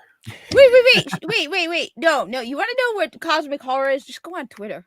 I don't need cosmic horror. I just go on Twitter and go, oh God. well, no, see, Kat, cosmic horror has an indefinable quality of existential dread. Twitter is just bald in your face dread. Yeah, I don't want to talk about Twitter anymore. I hate Yeah, Twitter fair so enough. much. Okay. But yeah, that was I got enough suicidal tendencies already. Let's change the right. subject. So that's where I was going with that, man. Is I really thought that was a neat article, and it came out this morning, and I saw that, and I was like, shit, I'm going to share that with everybody because that's just neat. Yes. There's I not agree. enough neat stuff. Periodically, I'll put something in the community tab that I just think is cool. Besides, I you just had a owe me thought. after some of that stuff you tweet that you I saw you mention. I'm not going to say where. You owe me something positive, so thank you for the positive. You're welcome. What was that, Carrie? I just had a thought. Black holes are known to have an ejecta out Right. their relative poles. Yeah. Right. If this star has been ejecting long enough, one of those ejecta streams could have wrapped around right towards the what had been the accretion disk because the gravity's kind of pulling it back. If enough of this ejecta had concentrated along the equator, for lack of a better word, it may have combined together itself to create a second gravity well that was strong enough to draw the other ejecta stream in. And over time, all of this ejecta concentrating into basically one little ball became a new star. I know So that's crazy. That's But- that's not as crazy as you're saying. So it pooped a new star. Yeah, essentially. Because what do we know about the formation of stars, right? Is makes it sense. it's an accretion of matter over time, right? That eventually there's a chemical reaction or a hydrochemical reaction that starts the fire, right? And That made ignites. sense. Yeah, it did. We're Hmm. doomed. I Why are mean, we doomed? because he never makes sense. Oh. Yeah, I don't know. I have found That's he a makes short a lot answer. of sense. What are you talking about? Look, it was Thug McCoy. Thug McCoy makes sense, all right? So, but no, I Right. think that's that from what we know about how stars are born, that doesn't seem that implausible at all. As long as the matter is present and say it coalesces in the same place, right? Yeah, you could absolutely see a new star being born. No, normally that occurs inside like places like nebulas and such. Mm. But where there's like plenty of raw material to work with. But yeah, I could see that happening. That's possible. That is interesting to think about. Yeah, it's from his profile picture. It's the nickname that Kat gave me. Because it's McCoy with kick-ass glasses. Come on. And McCoy alone, just there are very few ways to make Dr. McCoy even cooler than he already is. But somehow you managed to do it. So that's just impressive because McCoy is by far one of my favorite characters. It's the disturbed sociopath. I mean, see, Squatch remembers far enough back where my avatar was Zoidberg. Oh, yeah. Zoidberg is cool. Crazy, but cool. What about Zoidberg? Actually, Squatch might remember the one before that, but I don't.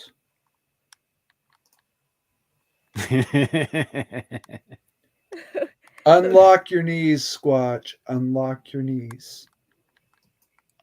Run. Real quick, Barry, Carrie, are you saying that he wrote a sequel to The Time Machine by Wells? Wait, what? What, He first said of all, there- Boa. Wait, what? You said you asked me if it wasn't. I don't know. I did. Shit. I did. know what? Sorry. There- Yeah, there's a I was book looking at you and I pulled up his thing and it all got like crossed in my brain. Sorry. You know what? I do think I remember hearing about something about a sequel to The Time Machine when I worked in the library. I might have to check that out. I love that story. The Time Machine. I mean, I grew up reading H.G. Wells. He's one of my favorite authors. Same. I remember reading The Time Machine and really, really liking it. It's one of those few times where a school book actually was good. Oh, okay. Yeah. No, I definitely will check that out. I gotta check out Ripperman. You know, it's funny. Yeah, Reaperman's great. What's funny is that an author named P.N. Elrod about a decade and a half ago wrote a sequel to Dracula by Bram Stoker. Oh, cool. Called Quincy P. Morris Vampire. What? You know the Texan? Yeah. The Texan in Dracula? You remember what happens to him? No, I've never read it. Okay, so he ends up dying in the final battle that also kills Dracula. Oh. Right. Oh. So in this sequel, Quincy Morris wakes up after he died, a vampire. And as it turns out, Dracula faked his death so everybody would go away and leave him the fuck alone. I think I would do that. You know, Drac, you started this problem. He did. You don't get to whine about, they're harassing me, they're bothering me. True. No, you started the fight. It's your problem. True. No, he's unapologetic about what he did. He was just, that's how he got out of it. But and the rest of it is him having conversations with Dracula about what it means to be an immortal. Wait. 1 sec. Pause a moment here. 1 moment. Boa, you know Shadows on the Sun. I'm impressed. I think Boa's actually quite well read. No, because that's one of my favorite Star Trek novels. I've mentioned it multiple times. Shadows on the Sun is the story of Dr. McCoy. And the answer, Boa, is no. Actually, I took it from the promotional photos made in preparation for is Star Trek 4 or 5. I'm not sure which. It was actually a group photo, and I cropped everybody except McCoy out. And then when I changed the channel name, I added the thug glasses because fuck you. Was it about the whales or Chasing God? Chasing God. Ah, then that was part 5. Okay. Matter of fact, it was Captain Kirk, not Admiral at this point. He'd lost his stars. Oh, yeah. Yeah. Star Trek 3. That was 3. You know what? All right, here's something that a lot of the people who talk about the whole Kirk Spock shipping thing, right? One of the arguments they make, all right, is that Kirk sacrificed everything for Spock. Wait, just hear me out, all right? That Kirk sacrificed everything for Spock in Star Trek 3, The Search for Spock. I could argue that, in fact, Kirk did that for Dr. McCoy. Because think about it. In the entire movie of Star Trek 3, up until the end, as far as Kirk is concerned, Spock is dead. Why are they going to the Genesis planet?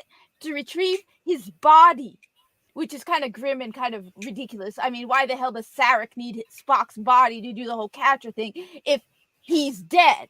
But no one knows that he's alive. As far as everyone is concerned, Spock is dead. However, according to Sarek, you need to get Spock's body to get his catcher out of McCoy. So why is Kirk getting Spock's body? Get his catcher out of McCoy to save McCoy. So in fact, Star Trek The Search of Spock is not about Spock. It's about Dr. McCoy.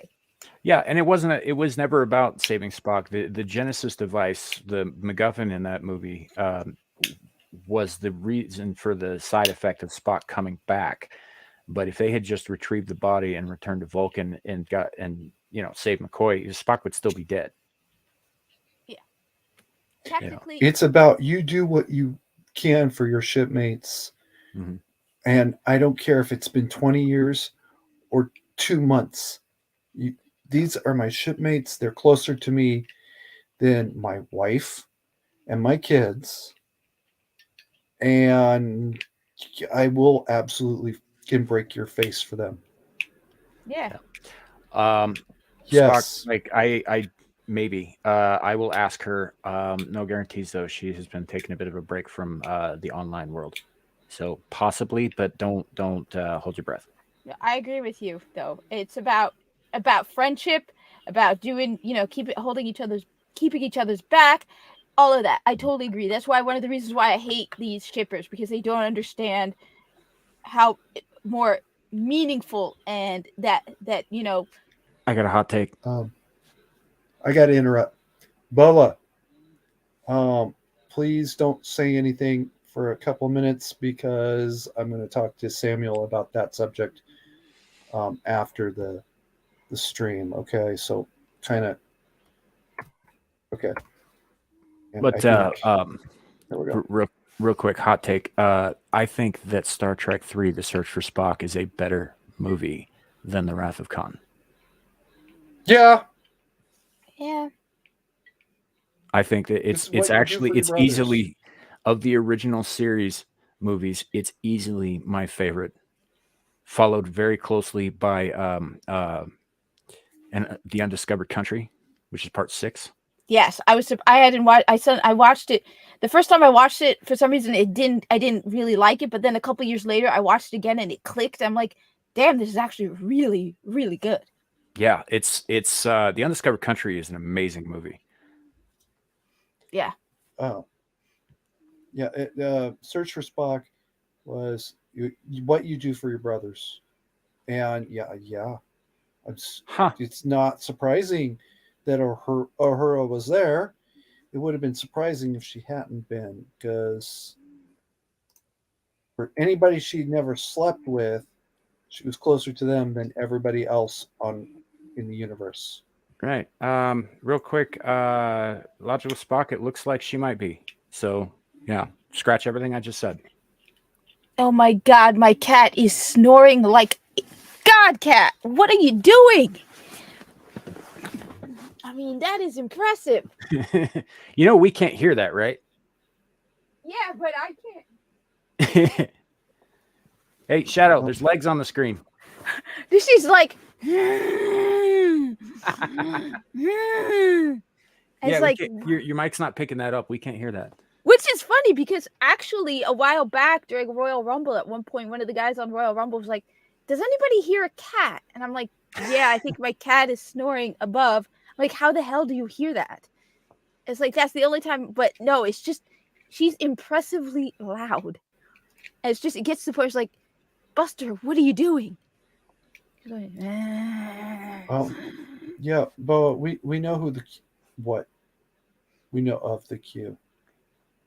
Explaining the Q is not something any of us are going to try to do. I mean, I think John Delancey did a pretty good job on IQ.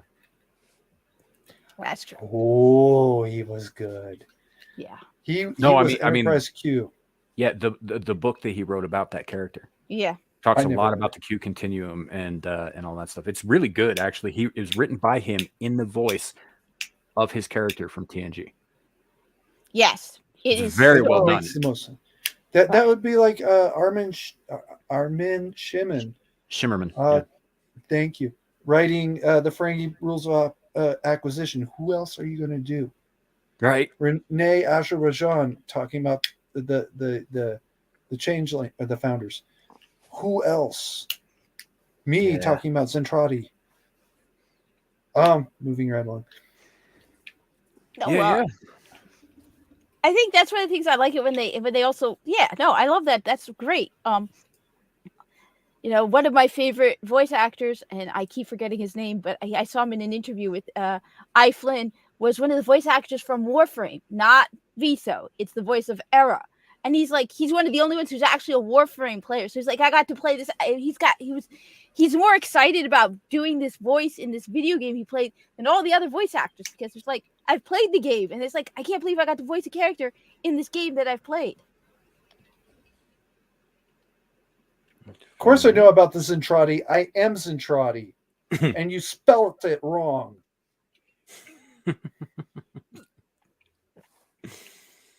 I always wondered. Not allow this insult to go unanswered.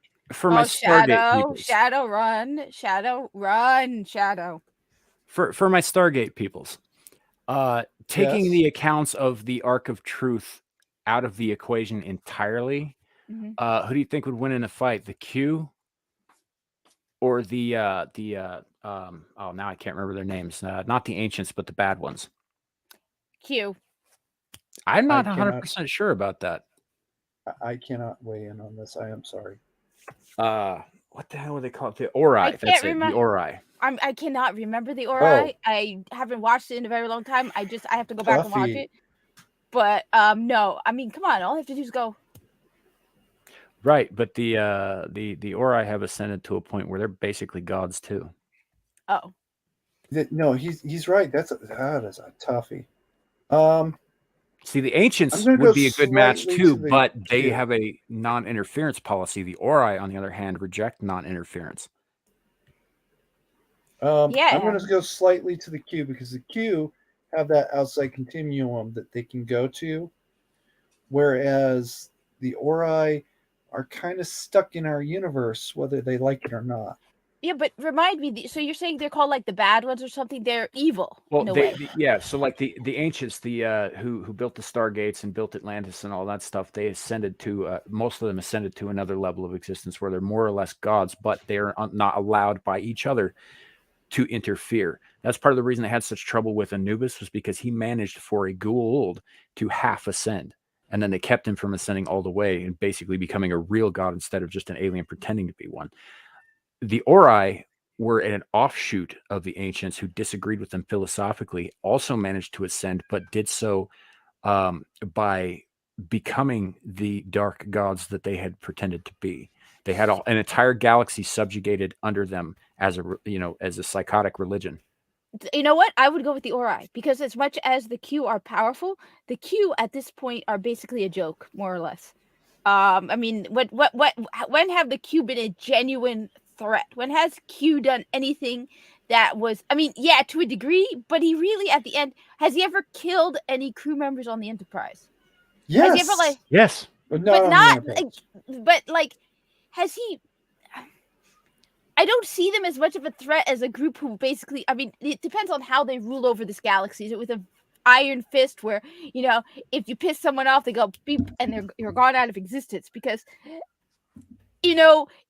or you beep, you're a ballpoint pen. yes. Whereas, I mean, my question is, for example, if the Ori were to confront Picard, because I do not remember the Ori, if they were to confront Picard and Picard annoyed them, would the first thing be to just zap him out of existence? Right. So, the Ori basically were the next big bad after they defeated the last of the Goa'uld, who were system lords, who were a problem. And basically, the Ori were everything that the Goa'uld pretended to be. No, I'm going with the Ori. As much as the Q, they are. I see them as they're more fluster and show than Right. actual threat. And the continuum overall are basically explorers. You're just talking about, there's only been a handful of Q that have ever really done anything detrimental. The continuum also police themselves. Mm-hmm. There's first of all, there's Enterprise Q, John Delancey, who every time he did anything, the whole continuum was like, "Come here, boy, time to get your ass swatted again." There's the other one who was locked in an comet for 10,000 years because he wanted to commit suicide. On and on and on. So yeah, they were pretty tight about policing themselves. If you, as a member of the continuum, tried to abuse your powers, literally everybody's coming after you. Like, nobody's not coming after you. Corbin Birdson, excuse me, thank you, did a guest on it representing the entire Q continuum, how everybody wanted him dead. Enterprise Q, how everybody wanted him dead, but they were going to give him his powers back because, okay, all right, we think maybe you learned you. Oh, I knew you were on my side. No, I wanted you to hang too. Yeah, that was a good episode. But yeah, I love John Delancey. That man's a hell of an actor. Yeah. Who was also, by the way, on Stargate. Just saying. Who was That's also on right. Picard. Was he? Yeah. Yeah. Don't He was do- also- Don't rain on my parade. I don't want to know. I haven't. I watched didn't any watch past it. I first just know- season. I don't I- care. Well, I was. No, I know about it. I did not watch it. I do not plan on watching. I'm just saying, yeah, why John Delancey? Why'd you do that? Why'd you do that? He was also on a very short-lived series about the American Old West with a Was he? steam-powered car. Oh, I'm not that even is- joking. Okay, that is cool. Didn't know about that. Honestly, Yeah, my it favorite only Star- lasted like 3 episodes. Oh, that sucks. Yeah, it goes that. You know, somebody posted a thing on Twitter that they said use pictures to show a television show that you remember that you don't think anybody else does. There was a lot of stuff on there that I remember, but I understand why you would think no one else remembered them, kind of thing. The one that I went with was a show about Roman imperialism during the time of the Celts in the British Isles called Roar, which was Heath Ledger's introduction to the Western media market outside of Australia. He's an Aussie? Yeah. Did not know that. I did not know that either. Yeah. Yeah, he did a number of things in Australia, including a movie, by the way, a crime movie that I would recommend with Brian Brown called Two Hands. It's an Australian crime thriller. It's pretty good. Low budget, low key, but pretty good. No, you know, how about the Sarah Connor Chronicles? You want to remember that one? I have that on DVD. I loved that show. I don't care what anybody says. I get why the first season, I get why people thought it was slow and it wasn't picking up as well. But that second season, man, was fucking gold. They ended it on a cliffhanger. Yeah, well, they got canceled. They weren't getting the I numbers because they know. lost a bunch of people from the first season who didn't come back for the second. Because it was a slow burn at first, and then the last 2 episodes of season 1 and most of season 2 were excellent television. Yes. Well, Shirley Manson was in it. I never saw an episode. I saw like 5 minutes of one episode. I felt I hate myself, but yeah.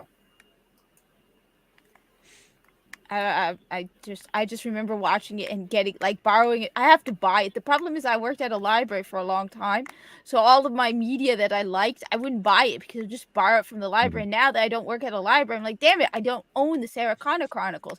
I didn't own Stargate. I'm slowly going through buying all of the episodes of Stargate. I just bought Die Hard, and I also bought, and I haven't watched it yet. I showed it off yesterday. Nice.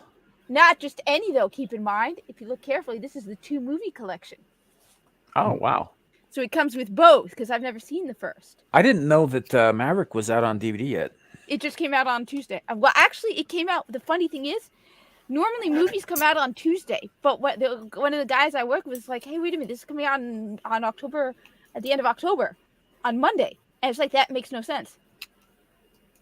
And so it actually came out on Monday, and I ended up picking this up because... Nice. Oh, yeah, the Sarah Jane Adventures. That's some Doctor Who thing. Yeah, I don't know anything about that, Bo. I'm not a Whovian.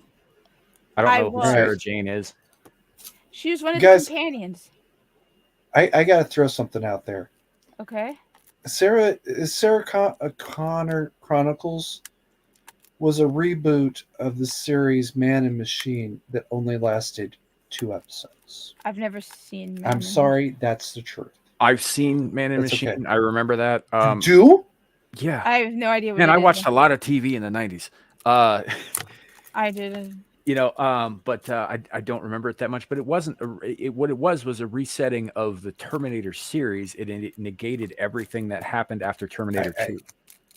Yeah. It was an attempt to reboot Man and Machine as the Terminator universe. Female robot falls in love with human protectee. Well, it might have been Oh. because that show should have lasted. It was those first couple episodes. Those were good. Mhm. From what I remember. Again, this was 2 decades ago. The one episode I remember was actually, it was cute. It had potential, but money. At the end of the day, if they don't see the return on that investment, they're not going to go anywhere.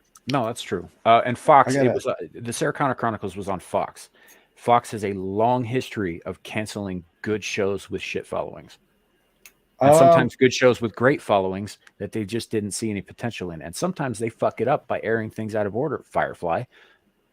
Yeah. And oh shit. Tremors. No, but the sad, frustrating thing is now they create shows,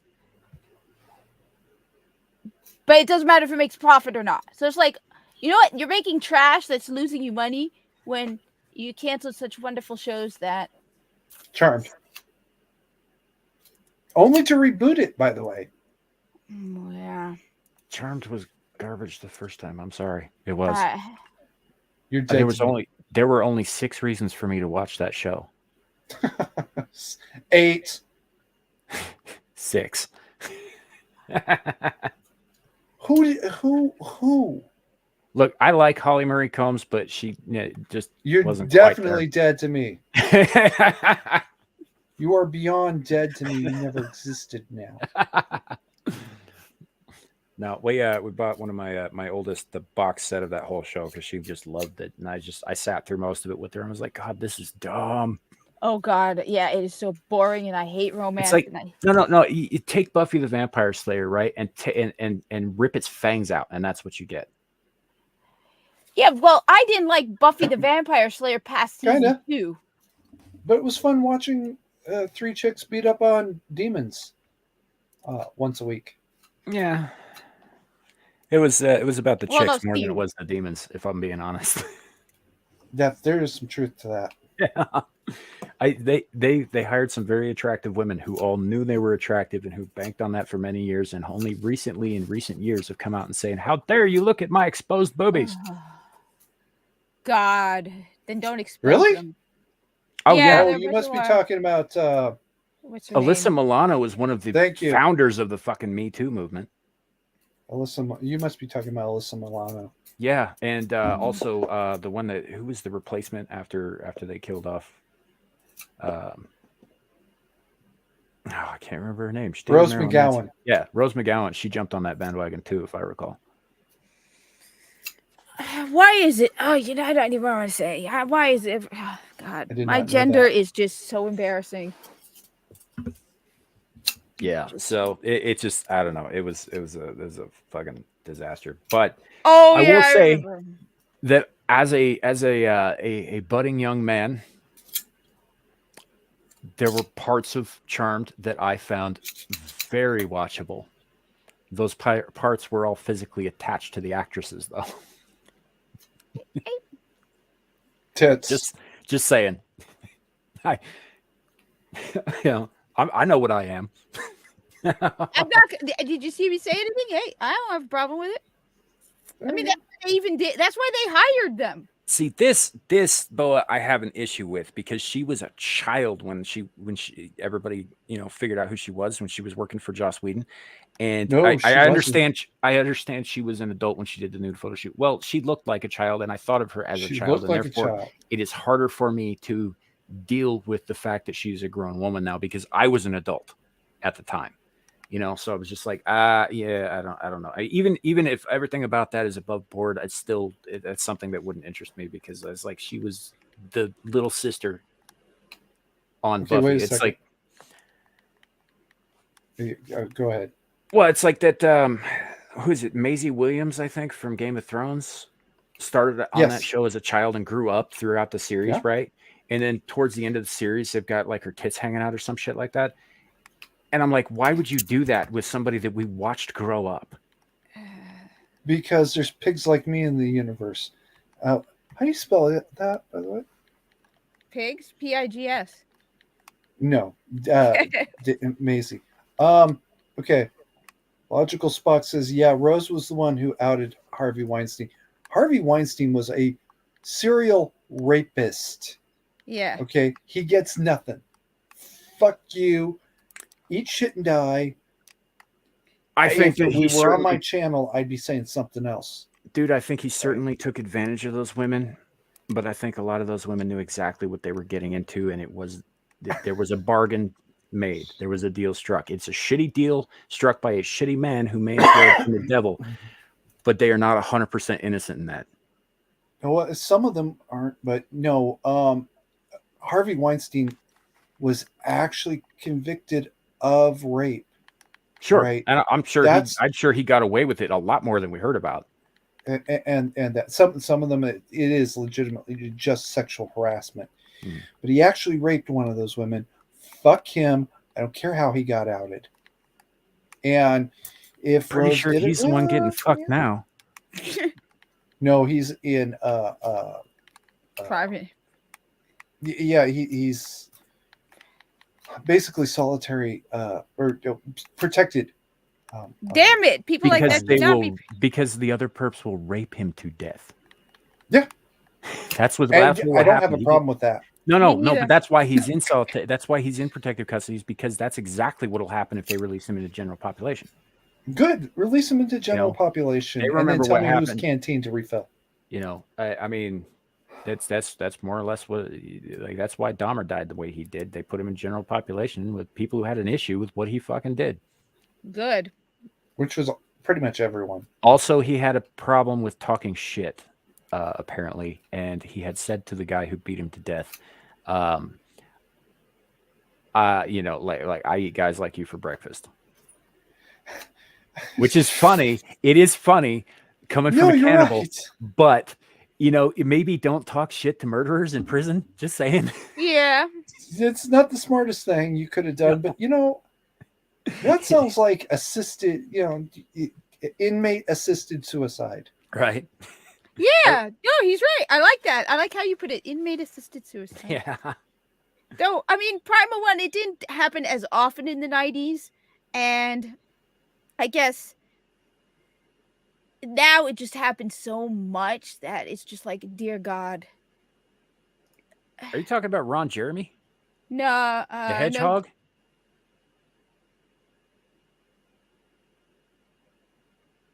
That's what it seems like you're talking about. I just say because Primal One was talking about how they made Willow gay, and then when they killed off Tara, she went on a rampage. It was like she was straight, but I mean, yeah, that did happen.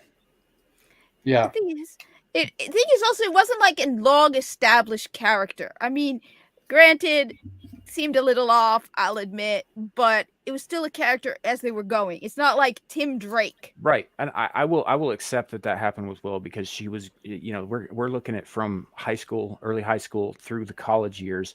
There's going to be, you know, a lot of people go through an experimental phase, which I don't believe that was the case for her, but her whole identity up until she got into college was wrapped up in her friends. She had no real purpose of her own, and she went out to find it, and that's where she ended up where she is. I don't have a problem with her going down that road in terms of like character growth or how they wrote the story. And honestly, I don't care if you're gay or straight. Somebody straight up fucking murders the person that you love most in the world right in front of you. What are you gonna do? Yeah, no, like I said, I don't have as much of an issue with Willow. Yeah. I remember brass knuckles on. Yeah. Good. Well, you know, for those of you who haven't seen it, and it's at the beginning, I think, of season 6 or the end of season 5, I forget which, she straight up goes and flays a guy alive. Cool. With her mind powers, like rips his skin off. It's one of the most graphic things they ever showed on that show. Yeah. And he had it coming, as far as I'm concerned. Okay, wait. How did he kill Tara? With a bullet. I think they shot her. Come on, that's quick. That's clean. Well, he was one of the trio of guys who are always trying to find like techno magical solutions to, you know, be supervillains or whatever. And he got so frustrated with the whole thing because everything they did, they threw at the Scooby Gang or whatever, always got defeated. And he just, you know, and he really leaned into the evil shit. The other guys were just kind of doing it for a hobby. And he's like, all right, stop this. And he fucking pulls a gun and fires, and it kills Tara.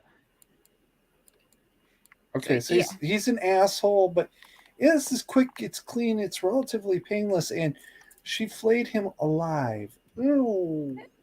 Yeah, Well, that's a little. it was kinda- quick. It was very quick. Well, I think didn't she also like I don't I would have to remember, see but it. didn't she at one point like attack them, her own friends or something? Yeah, she as that season progressed, she kind of calmed down and she was dealing. That whole arc was about addiction. They used magic in place of drugs, but it was about addiction, and it was about recovering from addiction and slipping back into it, and all that shit combined. And anyway, yeah, she eventually becomes. She finds out where the other two guys are, and she turns into basically ultimate evil, trying to hunt them down and also flay them. And while her friends are trying to stop her from committing another murder. The bravest character on Buffy, Xander. Yep. That's Yeah. actually exactly what happened. It was Xander, who is mostly useless. He stood up to her in her face and was able to talk her down where no one else could stop her. Which actually, you say the power of simping, man. I think that was probably one of the more powerful character moments, because at that point we had been growing with these characters for 6 years. Hmm. And when we first were introduced to Xander and Willow, they were best friends already. They had a history already, so it made sense. He was also the bravest of all characters because he stood up to 3 legitimately dangerous demons with a bomb that was big enough that it would have blown the entire high school and everything for a couple of blocks around, and did nothing but stood in the doorway and said, the only way you're getting out of here is if you shut that bomb off, or all 4 of us are going to die together. I don't care which way it goes. And he never claimed credit for it. No, he was a Dude. cool character. He was a Oh, yeah. very good character. No, you're Hmm. right. You're right about Willow being gay. I don't. That's why it's like it's not the same thing. It's not the same thing like with Tim Drake. Which, dear God, these people need to stop coming to my video and writing 5 paragraphs about it. Seriously, wow, people, you're not. But I don't remember that very much. I don't like also what they did with Giles. I liked, as somebody who works in a library, I liked Giles. Right, me too. As a historian, you know. I am not And sure. yeah, it was bullshit. I am not sure how much of this I can show without getting, like. No, control, we don't need to. I could show it. No, this is yeah. How about this? I'll just share the link, and you guys can go watch it yourselves. I'll be right back. I have something I got to do real quick. Sorry. Yeah, I'll just put the link in the chat. I was gonna do it, and then I was just like, they're probably gonna hit me for excessive violence. So, Yeah, they probably are. I wouldn't even have to worry about copyright with that one. They'll just shut the shit down. No, I think the saddest moment though was when they killed off the computer teacher. When they tortured Giles. Yeah, Miss Calendar. Yeah, that was so sad because like Giles finally. It was just like, as I said, I had a soft side for Giles because I work in a library. So when I finally watched Buffy, I was working in a library. So it was like, librarian, nerd like me. I could see that. Actually, you know what, guys? Just go type Buffy Flays Warren. It comes right up to the top of the thing. I got a whole bunch of editing shit I got to do to add that in that I don't really feel like doing. So yeah, Oh, sorry. Go for it. I was gonna say, that in the comic, because I was looking up what happens to Giles, and apparently they kill him off, and then they bring him back as a child, so an adult in a child's body. Yeah. Which is weird. Comics. Where'd the hell Carrie go? He needed to do something. Yeah. All right. Well, he needs to hurry the hell up and get back here. So, Here. So we appear to have dipped a little bit into melancholy once again. I have a solution. So I'm going to share a second link. Don't share this one. I just was sharing it to show off. If you look at it's the Egyptian Museum. My father is in England right now because his grandfather was the first Egyptologist to be the director of the Cairo Museum.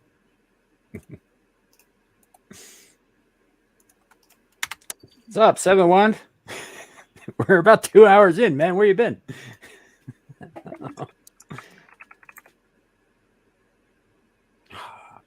Okay. Looking at the thing. Maybe You if need it to loads. scroll all the way down to the after 19 in the 20th century. Okay. Oh, right there. 1941 to 1950. Yeah. Very cool. Yeah, that's yeah, and I also sent you a link of Kid Giles. Kid Giles is Oh, the Comic Vine one. Yeah, that's Giles is a kid that- come back. Freaking Spike standing behind him. Yeah. He's like 12. Yeah, that was one of the things. The comic books kind of went a little off the rails. I mean, Yeah. He also played video games at one point, and I think the reason because I remember just going through it and seeing what happened. It's like at one point he plays video games, and then for one day he's returned to an adult, and he's like, "How did I used to do this?" And they're like, "The child, like your kid reflexes." yeah, that's I bet you're out of hot water too, buddy. Wait, what? He's gonna be like Wow. it's gonna be like a full day before that water heats up again. Yeah. Yeah, actually, Caleb was one of the more intense villains that they had, and he wasn't even like the main one of that season. So I'm trying to remember. he was the as Boa says here, the Defrock priest. He was serving the first in season 7. Oh God, I said it's been so long. He was the guy who was trying to raise up all these super prehistoric vampires. Cool. I gotta watch the show again. Yeah, it's once again, I have that whole thing on DVD. Bit of a geek here. Oh, here we go. I'm looking up his picture. Ah, Nathan Fillion was cute. Yeah, he's also the guy who put out Xander's eye with his thumb. Ugh. Yeah, brutal Still. character. Brutal. Oh, I gotta rewatch this. I don't remember this, but yeah, I want to see Nathan Fillion as evil. That was the first time I ever saw Nathan Fillion was as evil. And then the next time I saw him was in Firefly, which died too young. Yeah. But I'm glad that it's dead now because they want to buck it up. Wait, whoa. Back up. What are they doing with Firefly? Disney's been talking about a reboot for 2 years. No! They couldn't do anything with it until they acquired Fox, but now they have No! Fox. No! And No! it's gonna be about the female daughter of Zoe and Wash. No! Yeah. The one thing that made Firefly so great was Nathan Fillion. I disagree. I think that ensemble cast was true. excellent, top to bottom. But You know, Nathan and Fillion? I don't think you can do Firefly without Ron Glass. I'm sorry. There it is. No, you can't. Ron Glass was can't. the heart and fucking soul of that show. Yes. You know. But, I mean, I watched Castle because of Nathan Fillion. Boa, I would recommend watching Firefly. Actually, it's quite good. Yes.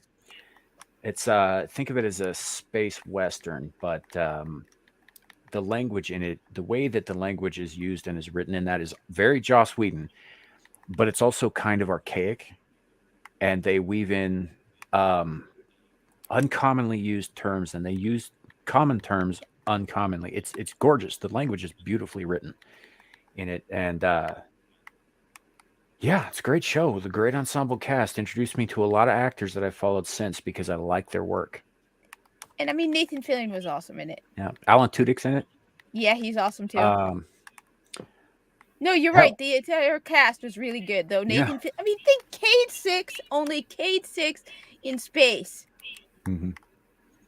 You know what's funny? Summer Glau has yet to be on a television show that wasn't canceled at some point. One that she starred in, I mean. Wait, wasn't she in Sarah Connor Chronicles? Yeah, she played Cameron the Terminator. Yeah, I thought so. So that was canceled. There was another one, I forget what it was, but also canceled. And then she did a half a season stint in I think the second season of Arrow as the daughter of Deathstroke. God. You know, but it was but almost every television show she's been in has been canceled prematurely. So which basically, is she also actually guest starred on an episode of Angel as the Eternal Ballerina. Oh God, I don't remember. I loved Angel. Because she is actually a ballerina. That's why she was hired for that part. Oh. That's why she always looks so graceful when she's fighting. Is because she's a dancer by trade. She was a prima ballerina. Oh, cool. Very lithe, very, very totally like I used to hang out with a lot of dancers. And by that I don't mean like strip club dancers, although they do have some things in common.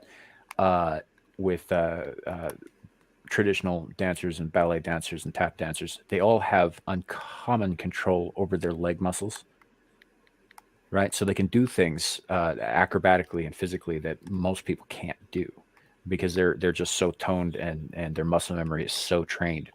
It's very cool stuff, and that's why ballet dancers, for example, I think there was a football coach at one point. Didn't he have his? Maybe this was in a movie, maybe it was real, I don't recall, but I remember hearing something about a football coach who made his players take ballet so they could implement what they learned from ballet into their gameplay on the field. And it put them like a league or two ahead of their opposing teams because they were able to like pirouette and they were able to, it made them better athletes. That actually makes a lot of sense, especially having watched a lot of soccer. Football, my brothers played it. I enjoyed watching my brothers play. Yeah, you're right, Bullet. But that I don't think that Ravager shows up as Ravager until Teen Titans, the TV show that's running now. I don't believe she went by that name in Arrow, but she certainly wore the mask and kind of kicked the crap out of our main character. So I'm told they race swapped Tim Drake in yes, they did. I don't know why they but at least he's still a dude. That's true.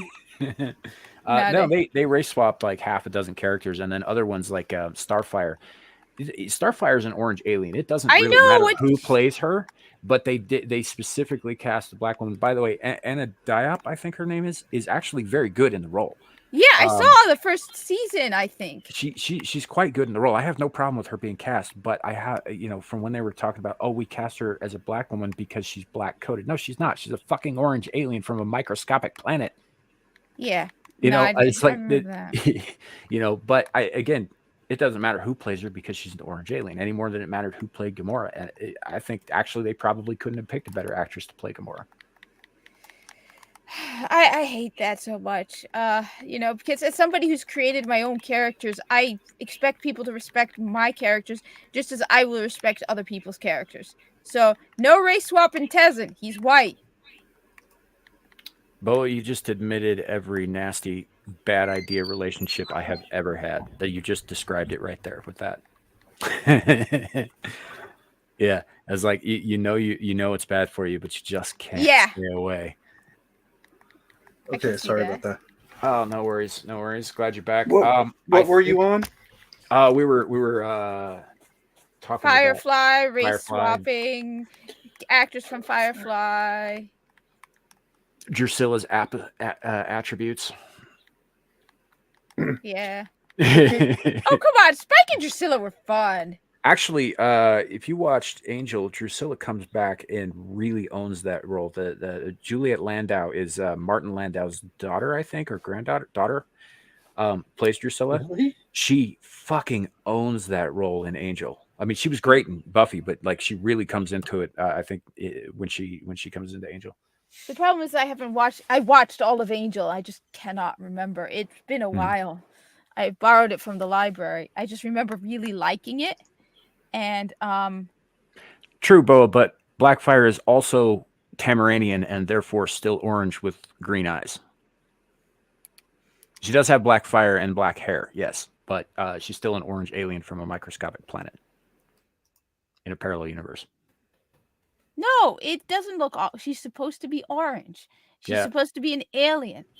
Yeah, they Yeah. see if you watch Teen Titans Titans rather, if you watch that from the pilot, she actually had kind of an orange tint to her skin in the pilot and the first few episodes, and then they just fucking did away with it. Sort of like Teal'c in Stargate SG-1. He was gold colored for like half the first season. Yeah. And then all of a sudden he just wasn't anymore. It was just, the brand on his head. Yes, It was she the was the good one. dust finally wearing off. Yeah. Well, I think there's an episode where one of the meta episodes were like, didn't you used to be more gold colored? It was pretty funny. I like Stargate. They poke fun at themselves. Yeah. Yeah, Drusilla. I think Drusilla sired Spike, or was She no? did. It was or was it the other way around? No, Was it Drusilla sired Spike. Basically what happened No was way. Angel sired Drusilla because he liked the idea of tormenting an innocent girl who knew it was coming because she was psychic, which is why Drusilla is insane, because he made her insane before he turned her. Oh, yeah. I She remember. got jealous of the relationship between Angelus and Darla, and she went and she found herself a cute little mousy poet named William, who she turned, and he became Spike. Yeah. Oh. There's Okay. your family tree. Basically, Angel is Spike's granddaddy, I'm my and own Darla is his grandma. great Oh, grandmommy, because Darla made Angel, and they're all sleeping together, and it's a whole thing. Oh God. Yeah, vampires are jacked up. yeah, well, yeah. I went on a tirade about vampires the other day. Somebody was talking up Stephanie Meyer, and I was like, "Shut the fuck up." Oh God, not Stephanie Meyer. Well, it was, I think, because I watched some reaction channels, because I kind of enjoy those. And somebody was doing an interview with a vampire. And I went on a tirade about how Anne Rice in particular, Fuck but her. later on, people like Stephanie Meyer and Charlene Harris are directly responsible for the gayification of vampires in cinema.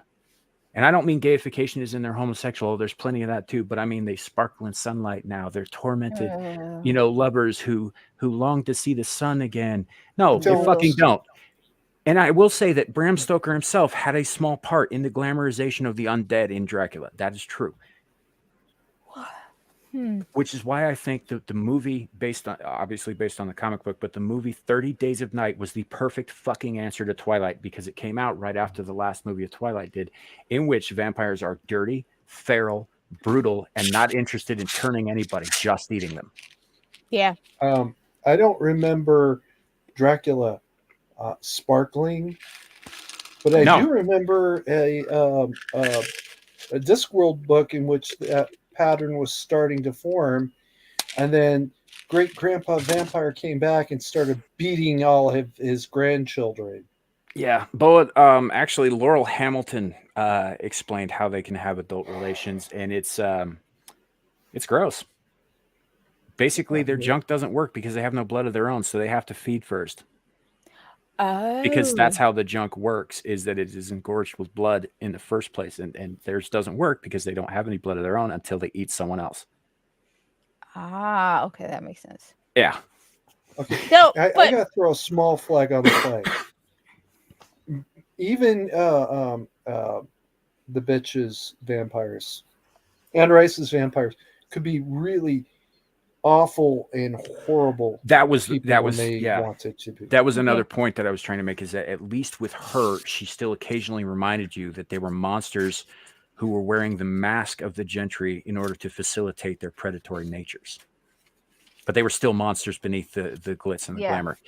When they That's put not true with their own Stephanie into Meyer. the They're well. just, oh, I'm so pretty. Oh, I sparkle in sunlight. Look at my brooding face. Why don't you fuck me instead of the dog? That's basically, by the way, what Twilight is. It's about an underage girl who's torn between fucking a corpse or her dog.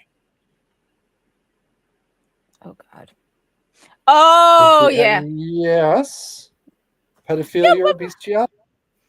Yeah, No, with an but- underage girl. No, but think about it. It's fan fiction. Now, as I said, I don't like. I mean, not all fan fiction is bad. I've read and I've written some. I've read some really good stuff, but the majority of it is self-insert sex, where Yeah. it's written by. And you know, the funny thing is, most fan fiction is written by straight women who don't like to see the guy they like with someone else. But Mhm. they. I have this feeling that a lot of these people who write fan fiction, all they care about is emotional drama. And it's like, whereas when I write it, I just want to do kick-ass, awesome band of brothers action. But they're incapable of writing anything beyond. I mean, this may come as a shock to a lot of these fan fiction writers, but most people have boring straight relationships. I know you don't like to hear it, but that's why. No. That's true. I agree. Kat, I don't mean to step on your rant, but when you were saying, so I was looking at the Primal One's, this comment when you said band of brothers action. Oh God. No. No. No. Oh, strike me dead. No. But I gotta buy Yes, that but- though. That's kind of a separate subject, I should think. Yeah. Let's not take that any further down that train of thought. But yeah, that was I was listening to you, but I was looking at that, and it just kind of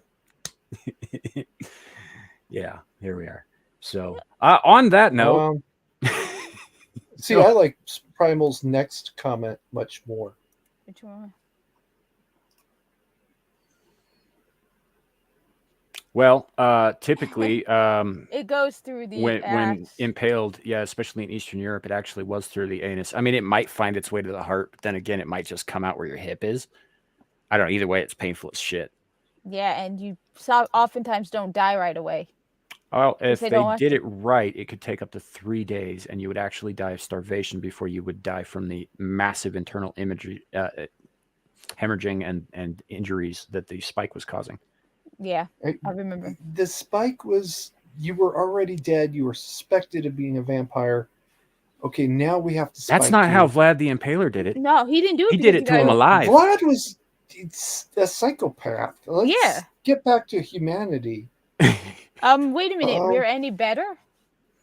Well, I mean, You know, I'm not. Did you know that Vlad the Impaler, or Vlad Tepes, which also means the Impaler, or Vlad III Dracula, he is still to this day regarded as a national hero in most of Romania because he held off Oh. the Turks. He prevented them from being conquered by the Turks. For most of his life, yes. Yeah. And yeah, And you know, most of the people that he impaled were enemies of the state. Most of them. Some of them were people that Most. he deemed as useless and parasites on society, like beggars, for example. And Oh, he is did that other how- things besides impaling. he He was a figured if pretty you were awful person. he figured if you needed the help, if you were like crippled for whatever reason, then people should help you. But if you were begging and you were able-bodied, he would make a fucking example of you. Cool.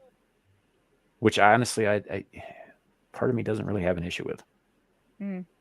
You know, he also took all of the corrupt nobility and politicians of his area, Wallachia, and had them all meet him in this big old barn one night. And after the last one arrived, he locked them all in and burnt it to the fucking ground.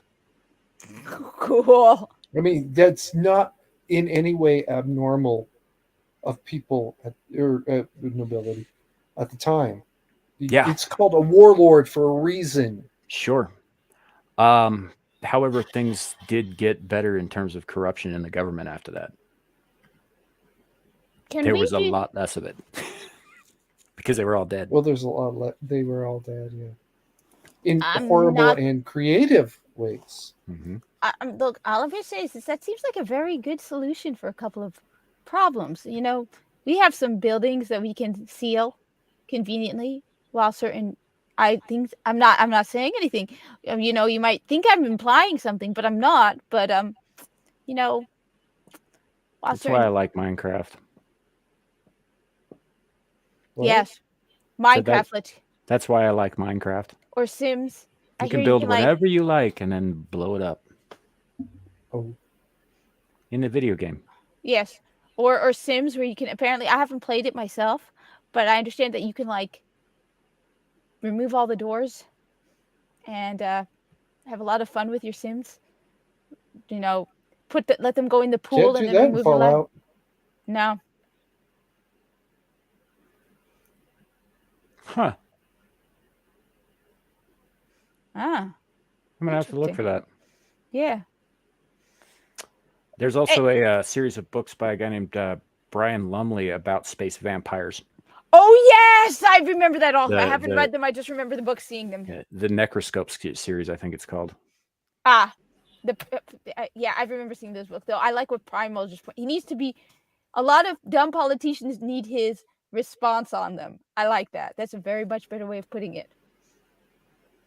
Well, funny story about that. He has 3 graves, and he's not in any of them. That bit at the beginning of Bram Stoker's Dracula, the movie with Gary Oldman, where he before he turns, when he forswears all allegiance to heaven and says he will return from the grave with all of the powers of darkness at his command. Right? He actually said that shit. That was taken from something that the real Vlad the Impaler said.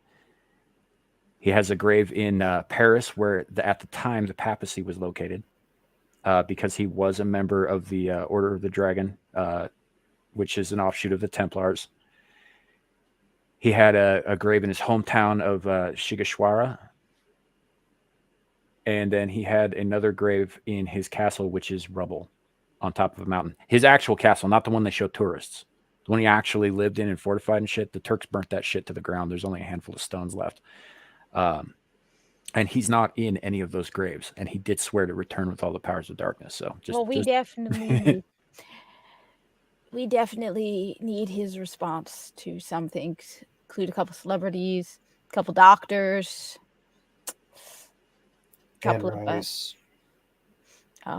Yeah, you want to hear something really, really sad? Mhm. Seriously, 50 Shades of Grey is still a better series than Twilight. It's funny because 50 Shades of Grey is Twilight fan fiction. Yeah. Everybody knows this, and I'm well aware that it's porn. It's absolutely I know. porn. Yeah, libraries I wouldn't know carry it at one paragraphs point. worth of it, and it's still better. Yeah, my library wasn't going to carry it. We were forced to eventually because people were asking for it so much. But initially, we weren't going to get it. Most of the libraries in my area were not going to get it, and I was like, "Yeah, we got to get it." Oh, Yeah. Yeah, libraries didn't Yeah. want it because it was basically porn. It was like, why the hell are we going to put this? Now, of course, on the other hand, they not only bring porn into the libraries, they put it in the children's department. So, yeah, and the gay porn at that. Yep. So, all right. I think we'll probably call it there. We got some stuff to discuss behind the scenes, and then Carrie and I have to get ready apparently because it looks like the Lioness has a live stream starting in a couple hours. and I need to get some. I'm getting actually tired instead of just fed up, exasperated. And You kidding, Kat? You've been yawning for like an hour. Yeah. And I need about a 30-minute nap.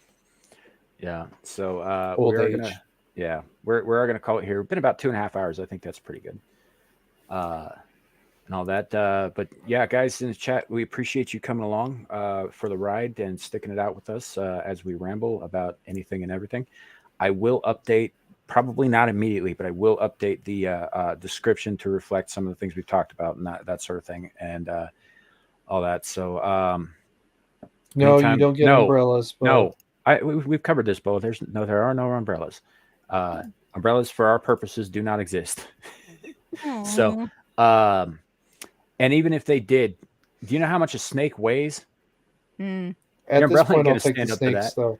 So, that said, Kat, do you have anything you got upcoming you want to plug? Me and Shadow of Hawk are doing a live stream on Thursdays. We're hoping to do it on, and if I teach him how to use StreamYard, and things work out, we'll be doing it on his channel. If not, we'll be doing it on mine. I really want to get it on his channel so we can alternate, so we can grow his channel. Probably gonna live stream tomorrow. No clue what. Other than that, We gotta get some Monster Hunter on at some point too. yes, we definitely have to get some Monster Hunter. I played a little bit with Rez the other day.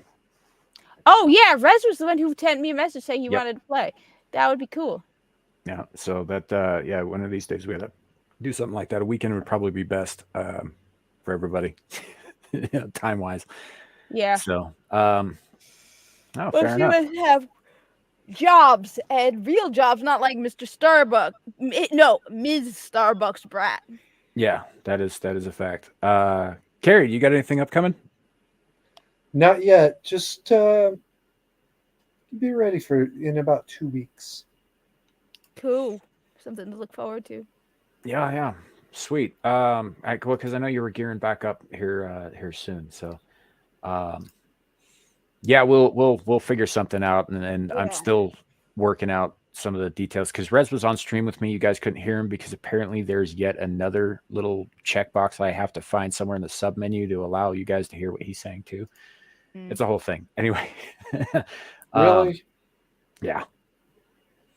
So, but that said, I've obviously got this show here where you can also find Kat every week.